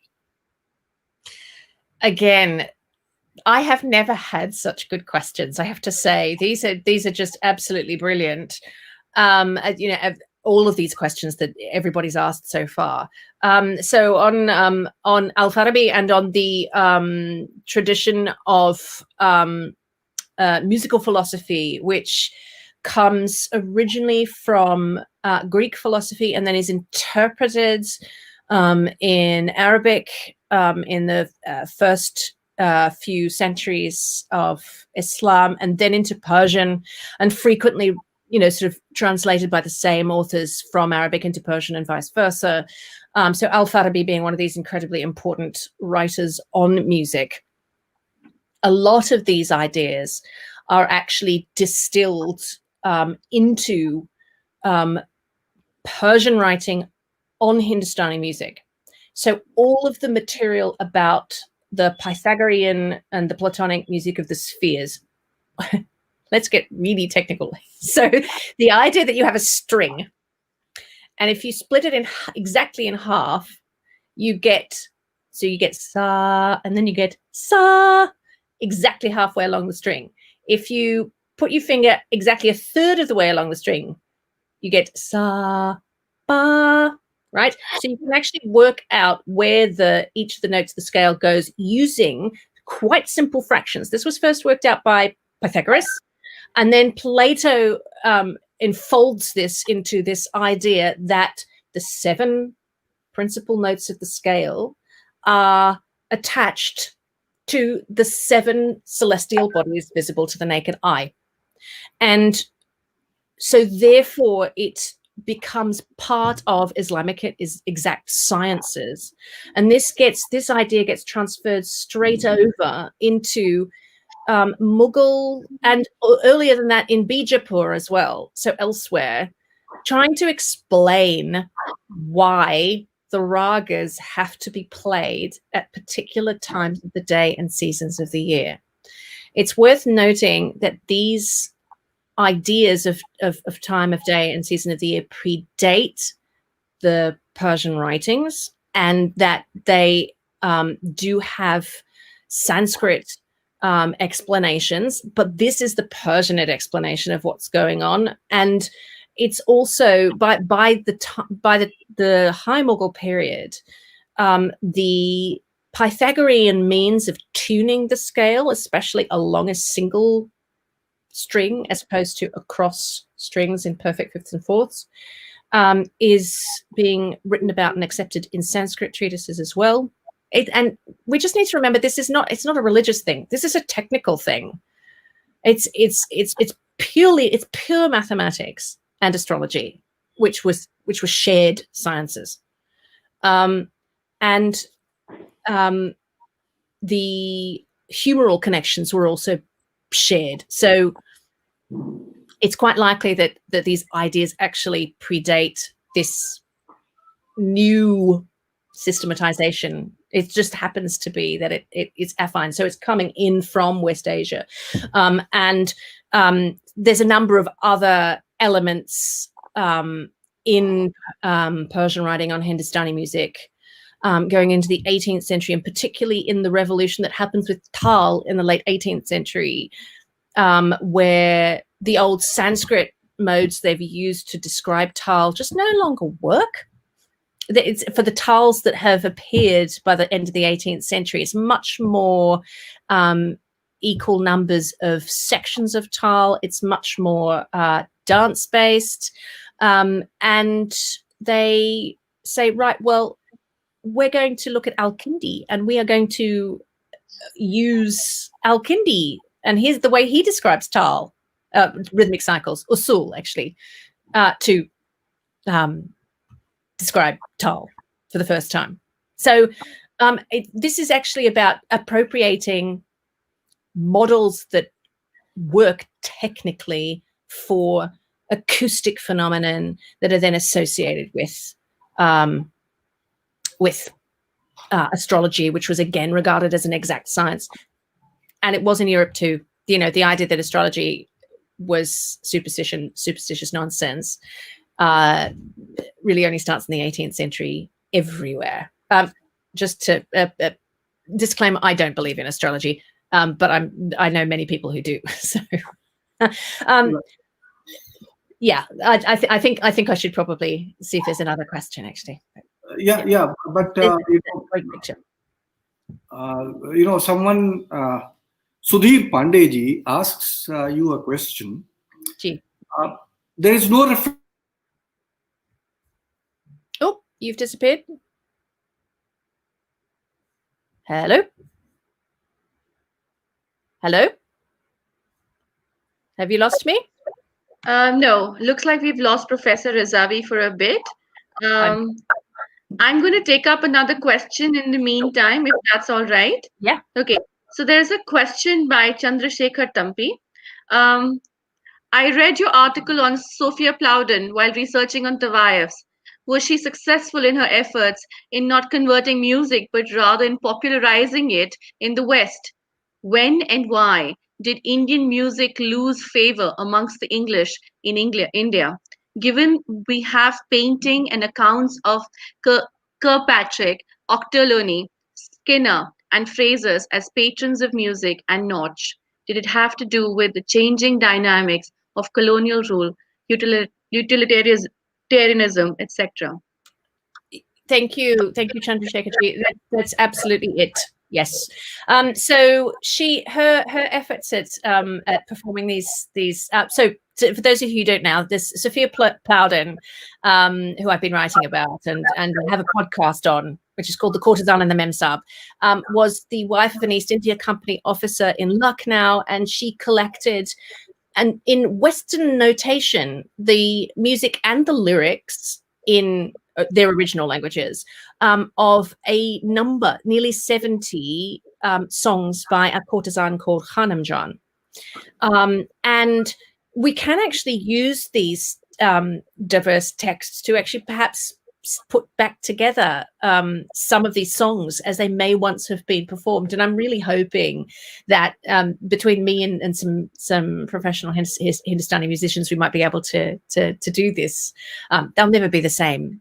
But what happened with them was that they then got published by a man called William Byrd in 1789 in Calcutta as these little keyboard pieces, and they became a huge hit amongst the colonizing British, not just in India, but also elsewhere in the British Empire, such as in the Straits settlements of Penang and later Singapore. And they actually kind of last as sort of a, salon pieces, would be played at parties, played and sung at parties, certainly among old India hands when they'd gone back to London and so on, for quite a while. And they start having new lyrics set to them. So there's lyrics by a woman called Mrs. Opie, who was actually quite a famous poet at the time in the very early 19th century. And they get turned into band arrangements and played at balls in Penang, and all sorts of slightly strange things like that. But it's never more than a kind of a cul-de-sac. You sort of get memories of the most famous of these songs, the Taza Bataza Nobano, which is the ever fresh and ever new, the famous Hafez ghazal in Persian, appearing in lots of different descriptions of Nach and so on. In terms of how long English patronage of Hindustani music and dance lasted, there's quite a bit of evidence that some Europeans continued to appreciate and enjoy and sponsor Hindustani music throughout, but en masse, it's very much the kind of drive to anglicize things in the 1830s. There's a sort of much more of a sense that Nach is prostitution, particularly among as more people come out from England. They no longer have to engage with it. It's no longer the only music they have available to listen to. They have to engage with. They can engage with their own music much more often. So we actually see a turning of sympathy for Nach performance in about the 1830s. So you have it's still patronized by the officer of the regiment will be the guest of honor at a Nach and will still appreciate the dancing girls and so on, and it's mainly there for the entertainment of his soldiers, of course. And of course, all of these women are still there. They're often camp followers. So it's often in regimental settings that it's still appreciated. And particularly at major festivities like Dussehra. So, and happy Diwali to everybody celebrating.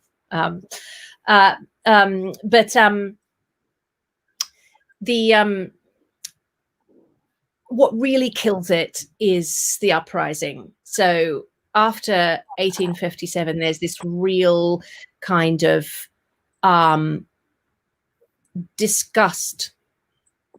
It's horrible, actually, disgust by Europeans at anything that smacks of mixing cultures. That becomes apparent in writing, in European writings.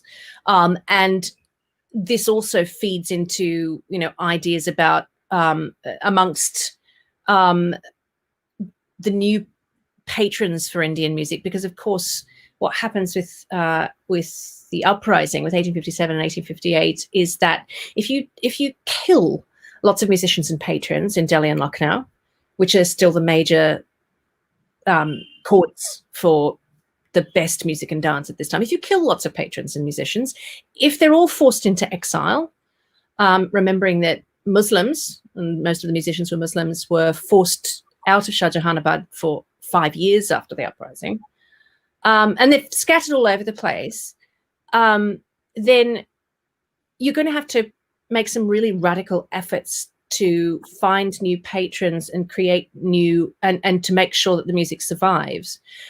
And of course, one of the means of doing this is to recalibrate for middle-class patrons who themselves are uncomfortable with the old ways and who are more fluent in modern Urdu and Hindi and Bengali, and some of them in English, than they are in Persian and Prajpasha and the old courtly languages. And so there's this real shift. And along with it, comes this baggage of you beginning to treat these very high status performers, courtesans particularly, as quote unquote prostitutes. And this is compounded by the 1864 Contagious Diseases Act, which lumps all the courtesans in with the prostitutes and says that they have to be inspected gynecologically every so often in order for them to keep working, which is pretty awful. Lots of the high class ones get around that, but nonetheless, so and then you get this kind of build up to a kind of an anti-Nautch movement amongst Indian middle classes by the 1890s. So it's a long way of saying your question, what your suspicions are absolutely really spot on. So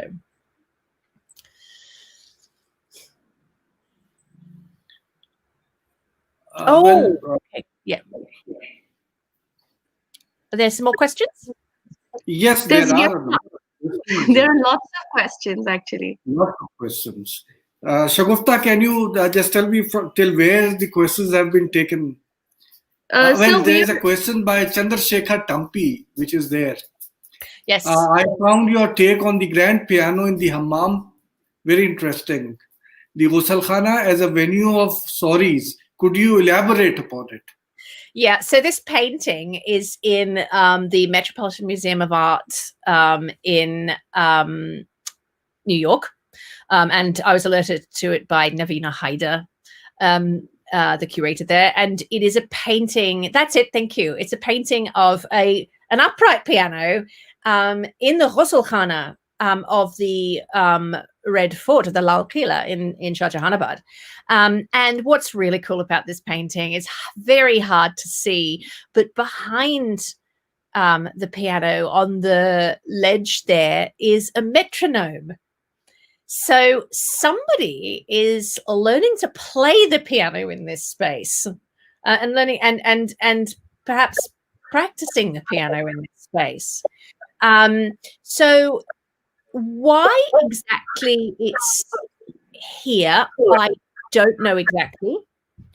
Although, of course, pianos and harpsichords are used very widely across India at this time. And we also have, beautiful descriptions of Indian musicians writing in Persian and later in Urdu about pianos and keyboards and how interesting they are.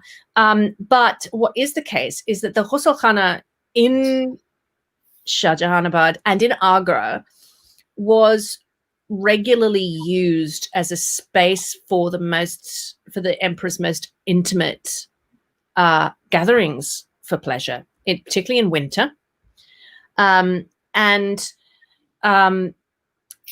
So there is a description from the 17th century of a performance of musicians and of women dancers for a dinner in the Ghusl Khana in Agra Fort, from one of the 17th century travelers who gets let up into the balcony behind the Jali screens so that he can watch. And in this assembly, the musicians are actually hidden outside. So the male musicians who are playing the accompanying instruments are outside, so they can't see, but they can be heard and they can hear. And so they play, and the women musicians come in, and it's just the emperor and his most intimate family who are present at this soiree. So the Ghusl-Khana is used as this kind of space, and it's also used. I mean, it's used in the in Shah Jahanabad as and even as a more private extension of the hall of private audience, as those of you who are Mughal historians will know anyway. And I have so it seems as though this has long been a space for musical performance of the most intimate kind for the emperor and his intimates. And so the fact that there's a piano there is unsurprising in one sense, but also reflecting the fact that this really is a space that has been largely taken over by the British resident at this point. So, yeah. I want to find out more about the painting. Actually, this is Well, I don't know whether you have answered this question by Chandrasekhar Tampi. I'm sorry, I missed your answers because of the internet issue at Aligarh. There were rains, and because of that, there's a disturbance. There's a question by Chandrasekhar Tampi. He says that I read your article on Sophia Plowden. Yes, I did answer that one. You did answer that. Yeah. Okay.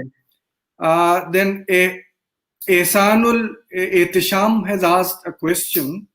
While writing social history of sounds or music of early modern times, as we don't have recorded voices but texts and images, how we could write the history which is not essentially to cater the present needs?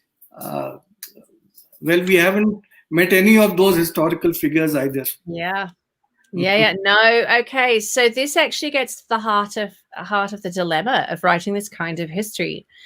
And this is the central conundrum of the book I'm writing at the moment, which is called Histories of the Ephemeral. It's currently called Histories of the Ephemeral. My potential publisher doesn't like the name of the book, but Histories of the Ephemeral, Writing on Music in Late Mughal India. And it kind of bounces off Shekhan Lodi, who in his Mirat al-Khayal, which is 1691, he says it is impossible to describe the essence of music in pen and ink on the surface of the page. All we are left with are the sibilant scratches of a broken pen. And that remains true before the era of sound recording.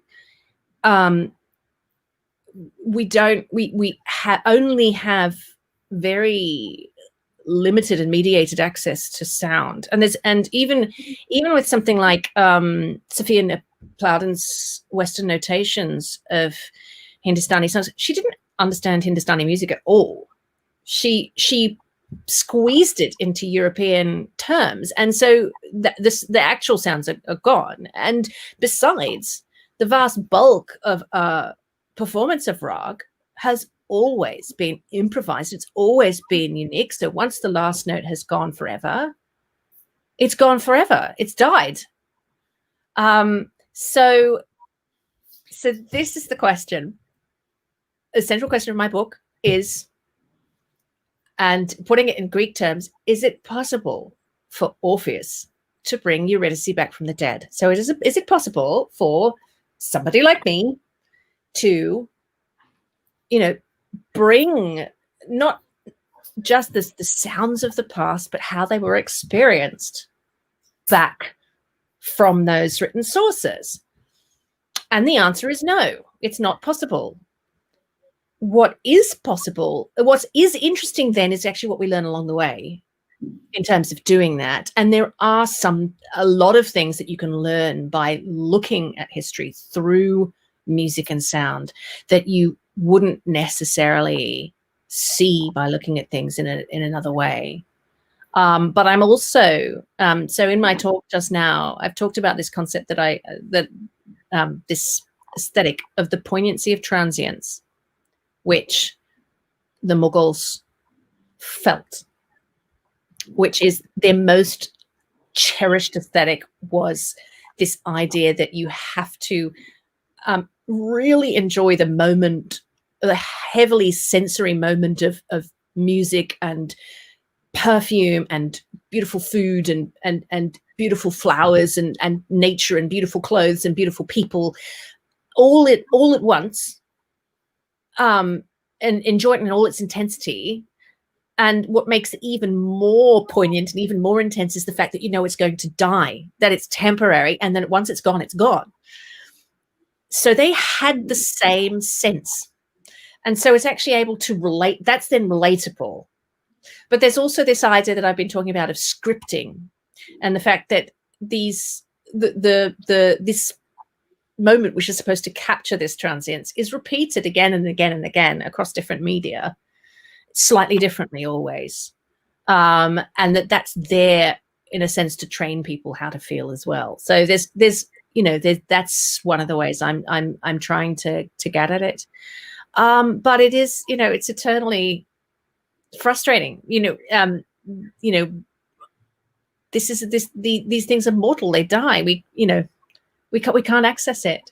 And that's why the advent of sound recording is also amazing, because all of a sudden you can hear what people are playing. So this last week with my students, I was talking about the type of writing on Rag Kamaj or Rag Kambawati from the Tofat al-Hind in 1675 right through to the present day, and how it's been represented.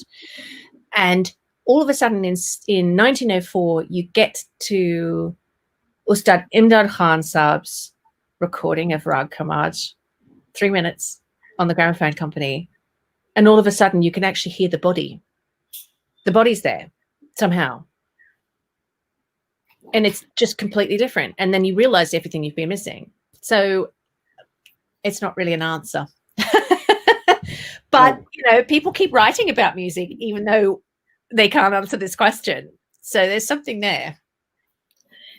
There are so many questions. I don't know whether all of them should be put up to you or not. There is a question by Somrita Majumdar. Is there any evidence of listening to music in military camps? Did the Mughals take musicians with army in the time of war? And the second question she asks is about the regional patronage of music. How did Mughal court play a role in the spread of Hindustani music in North India and Bengal? Why didn't Hindustani musical schools become popular in South India? That's a lot of questions, but they're also great. So yes, there's lots of evidence of music being performed in military camps. Lots of evidence of people taking their musicians with them. There's a great, speaking of Bengal, Mirza Natan, his great narrative memoir of him on expedition in Bengal with the Mughal army. And he talks about his own Galawants coming with him and performing for various things, but he also uses them as go-betweens. He sends them as his agents to other courts and so on. But there's also lots of descriptions in Simon Digby's work on Sufi soldiers in the Deccan of musicians in Aurangzeb's camp playing. There's a great description by the I think there is much information regarding that. Yeah, there is. There's lots. Sorry. I think he can read about it. There's much information. I think there was a question of Sudhir Pandey when my internet went off. Were you able to answer him? Because he's asking me. Well, he asked the question that when in astrology, or what did he ask? Just a moment. There is no reference of caste in Indian astrology. Where did you get the reference? Okay, so this correlation of it's the notes of the scale to the to particular humors, and then to particular it's essentially to the four varnas, but when it's translated into Persian, it's slightly different. This is actually in Ahabala Pandit's Sanskrit treatise, the Sankita Parijata. So he does actually use this designation, but it really is a Persian thing. So it's specifically in relation to the use of astrology in music treatise, in Sangita Shastra, rather than in astrology generally. So this is about the application of astrology to music. Right. I mean, there are a number of questions regarding certain ragas, which I think there is no time for answering for each separate rag. We can have a separate session on that. I'd love to have a session on rag. Oh my goodness. Yeah. And I hope that we are able to organize that session. That would be great. Before we actually close, I would like to give certain of my comments, certain of my very basic queries. But before I start with that, let me request you, although more than 2 hours have gone by, 2 hours, 31 seconds, but still I would love if you could sing something for us in some rag or something. And but that would come after I have put up my queries. In fact, the first thing which I would like to say is that today, after hearing you, I was reminded of one of the very old Aligharians who wrote on music.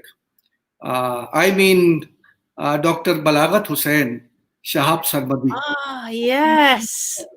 In fact, he was one of the first to start work on music. Yeah. And the great pioneer.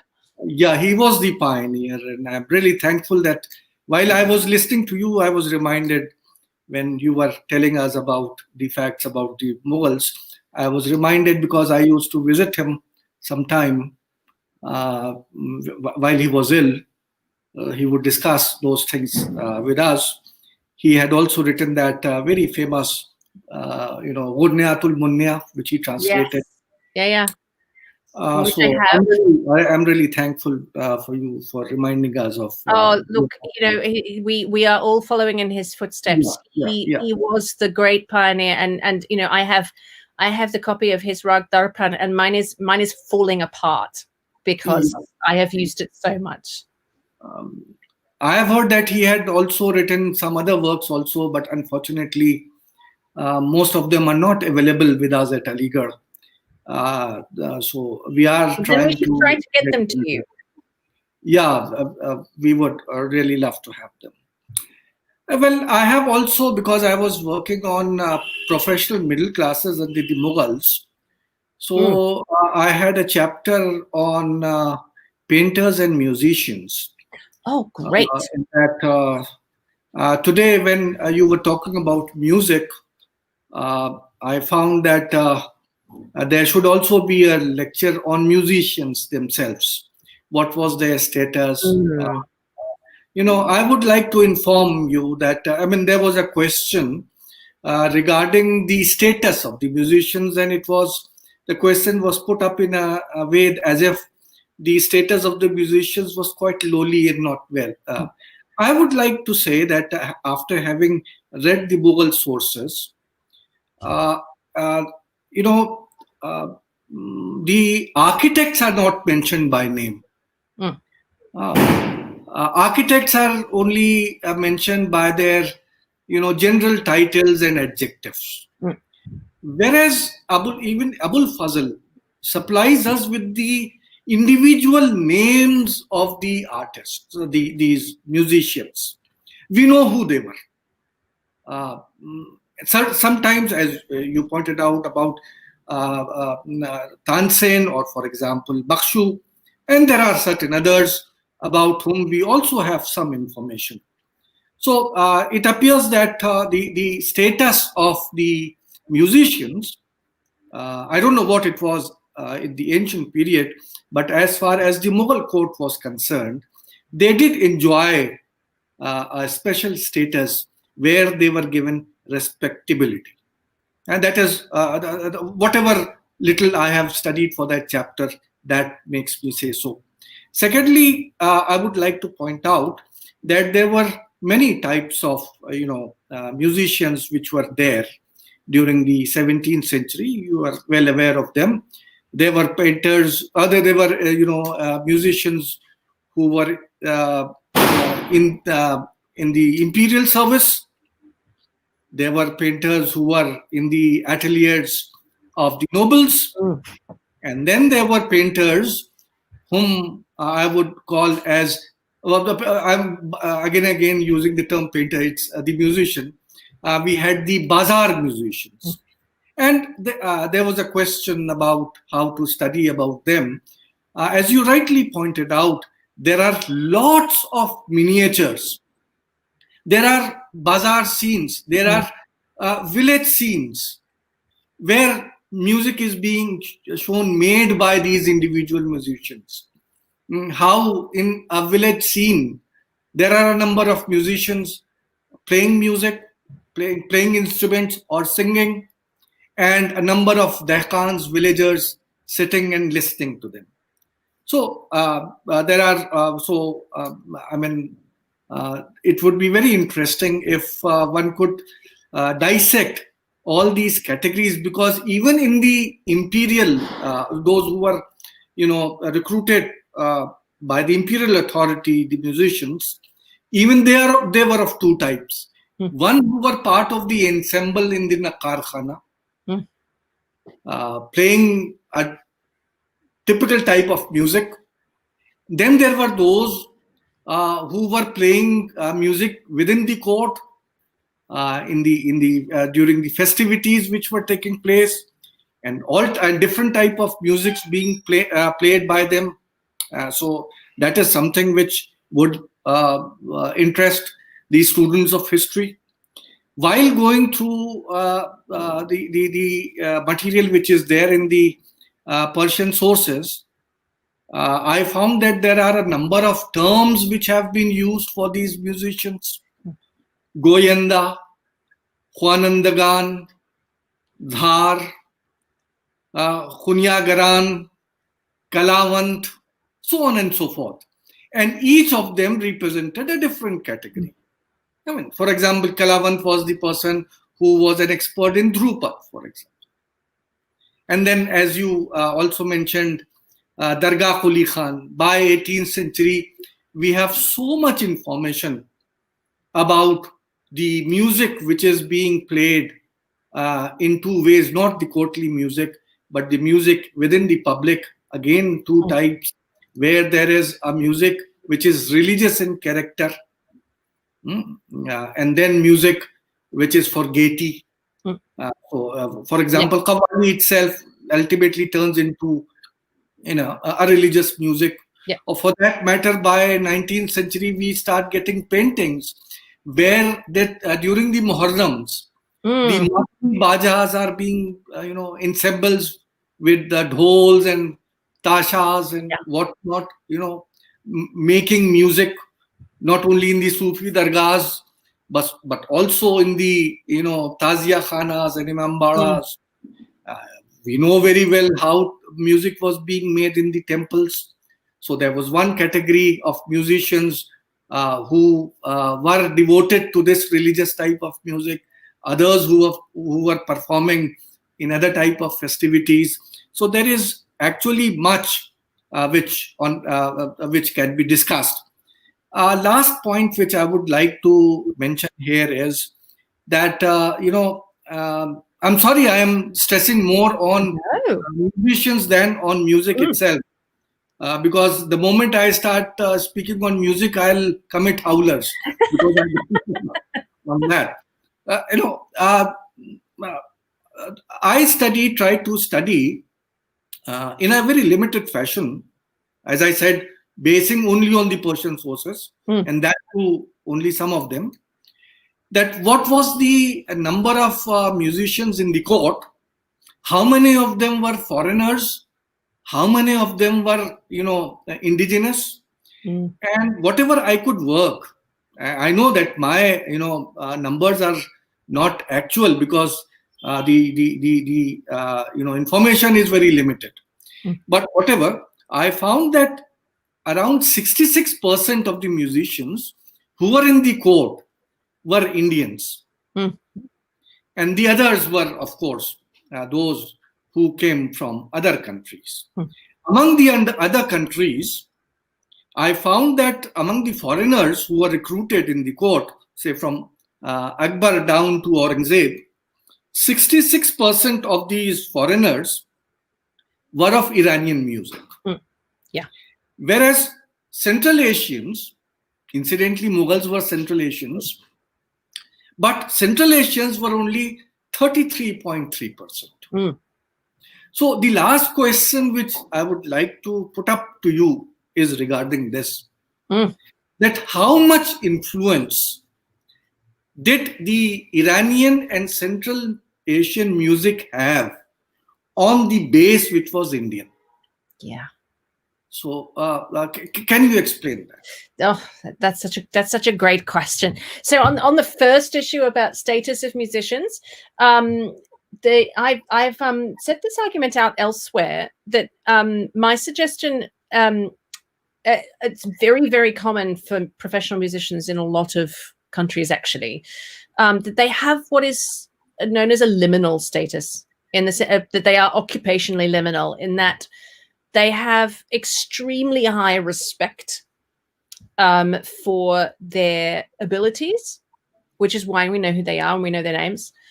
But they are nonetheless still of service status. So none of them have mansabs, for example.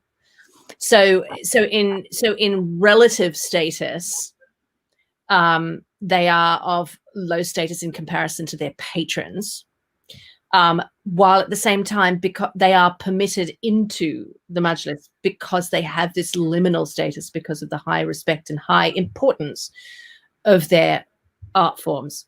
So, I mean, that's it. It's always really puzzling as to why we know the names of these people.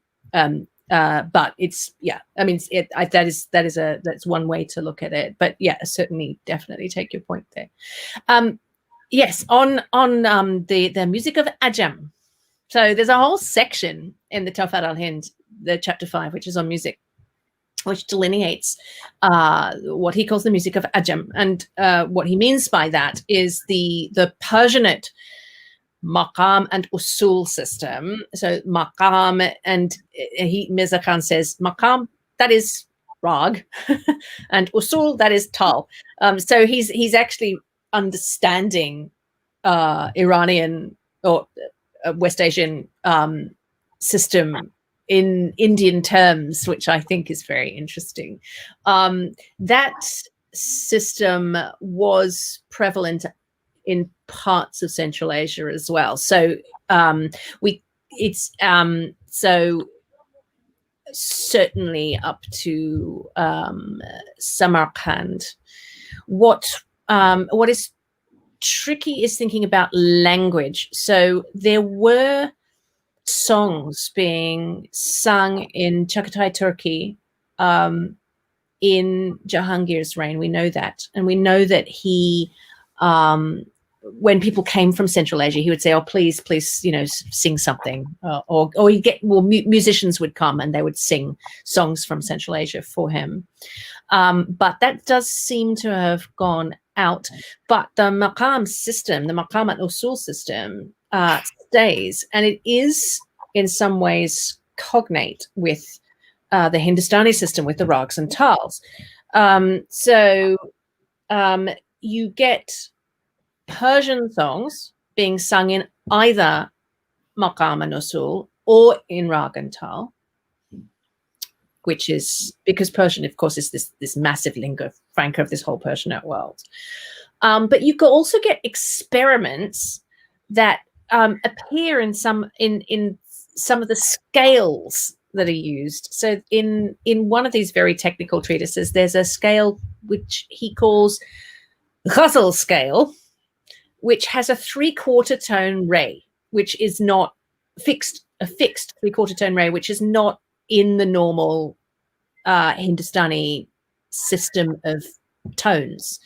And it seems to me that they're using this particular fret setting to play Persian maqams on the Rudravina in this case. So there is a kind of a sense in which you can take maqams and you can play them on Indian instruments and vice versa. But at the same time, they're still recognized as different systems. So you do get these lists at the back of music treatises, even into the 19th century, saying, oh, and these are the Persian maqams. What is the case is that they're certainly being used, the Persian system is certainly being used for the ghazal in mushairas throughout the 18th century. So Mir Taqi Mir, in his Zikri Mir, his autobiography, on 2 occasions mentions the names of musical modes coming from the Persian system that are being used to set Persian ghazals in, particularly in a Sufi setting.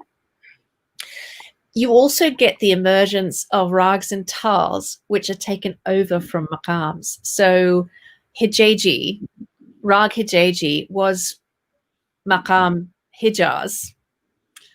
The scale of Bhairava is a scale that came across from the Persian system. And you get a tal, which is now called surfakhta in India, and it's often used by qawwals, which was usul-e-fakhta. So it was a Persian cycle, which became an Indian tal. Same with the rag sarparda. It's a beautiful rag, which is one of the branches of maqam rast. So there's this very interesting musical interchange, which is relatively small, actually, but it's still, it's still really interesting. So I'm sorry, because you have to give another lecture on that. I'm going to have to. Yes. Well, I think we have taken enough time, and it was a really very interesting session. Oh, thank you so much for having me. It's been an absolute pleasure. You can see that the sun is coming down in where I am. So, and I realize it's nighttime where you are. Can you devote 10-20 seconds just for one small piece of which you can? Sure. So what I will do is I'll sing. So my Hindustani singing, I actually don't even mention in public who my ustad was, because he would be ashamed of my terrible singing. But this is one of the songs that was taken by Sophia Plowden and put into musical notation, and it was the most famous Nachgal song of the late 18th, early 19th century. Mutribi Khushnavabegu, Taza Bataza No Bano. And I've adapted it so it's a little bit like Bhairavi. So it's hard to switch from spoken to singing. Mutribi Khushnavabegu, Taza Bataza No Bano. Badai Dil Khushabejo, Taza Bataza No Bano. Basanami Cholubati, Khush Benashin Bakhalvati, Busa Sultan Bakamazu, Taza Bataza No Bano, Taza Bataza No Bano. Thank you, Taza Bataza No Bano. My pleasure. Once again, I really want to thank the large number of people who attended this session. There were many people who were, in fact, listening live to you, Katherine. Oh, and it was a beautiful session. And we are going to put it up on the YouTube. Those who could not attend it live would be then ultimately listening to what you had to say. And it was actually a session where whatever doubts one had about Mughals and music, I think, would have been cleared by now. Oh, Music you. has a language of its own, It and does. when we talk about our shared past, music is something which actually joins all kinds of civilizations It together. does. Thank It you does. very much.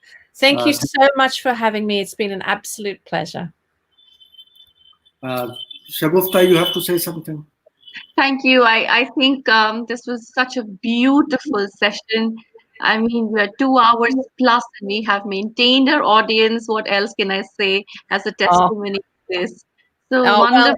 it's just such a joy on a Sunday afternoon to sit here and talk about music, which Nadeem ji, it's so true. This is something that we all share and which you know connects and unites us. And when times are so troubled, and so difficult for so many of us stuck in our houses, this is something that, you know, the light shines in the darkness when we. Catherine, I'll just read out one comment which has just come in.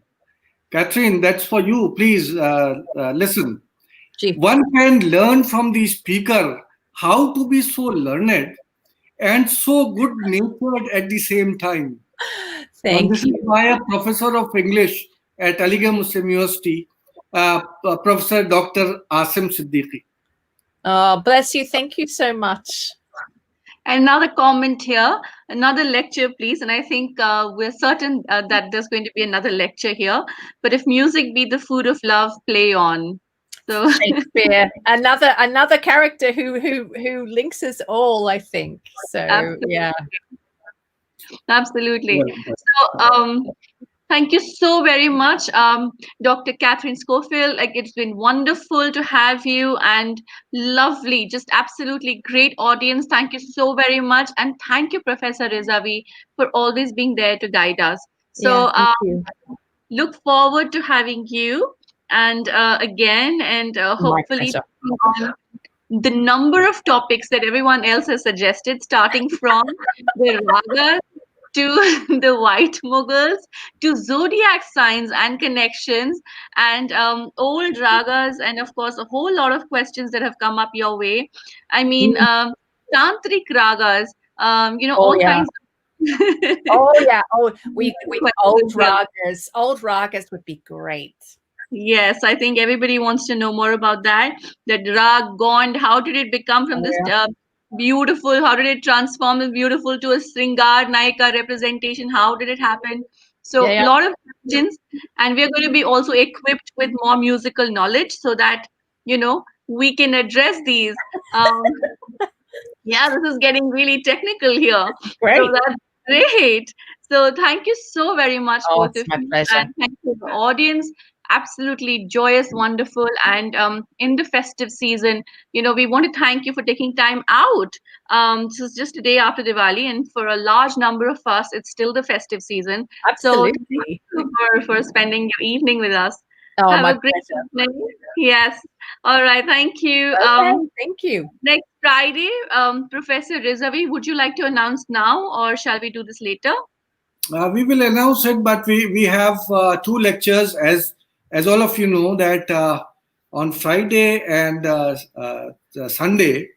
On Friday, we will have a lecture on the sources for the study of the Mughal Empire, and on Sunday we would be continuing with this series, reflections on our shared past. So we would be putting up posters, and we would but be there. Our time is on Friday and Sunday, 7 p.m. Indian Standard Time. So be there. There are a lot of scholars, lot of historians who are going to be presenting their viewpoints as far as our past is concerned. Thank you very much.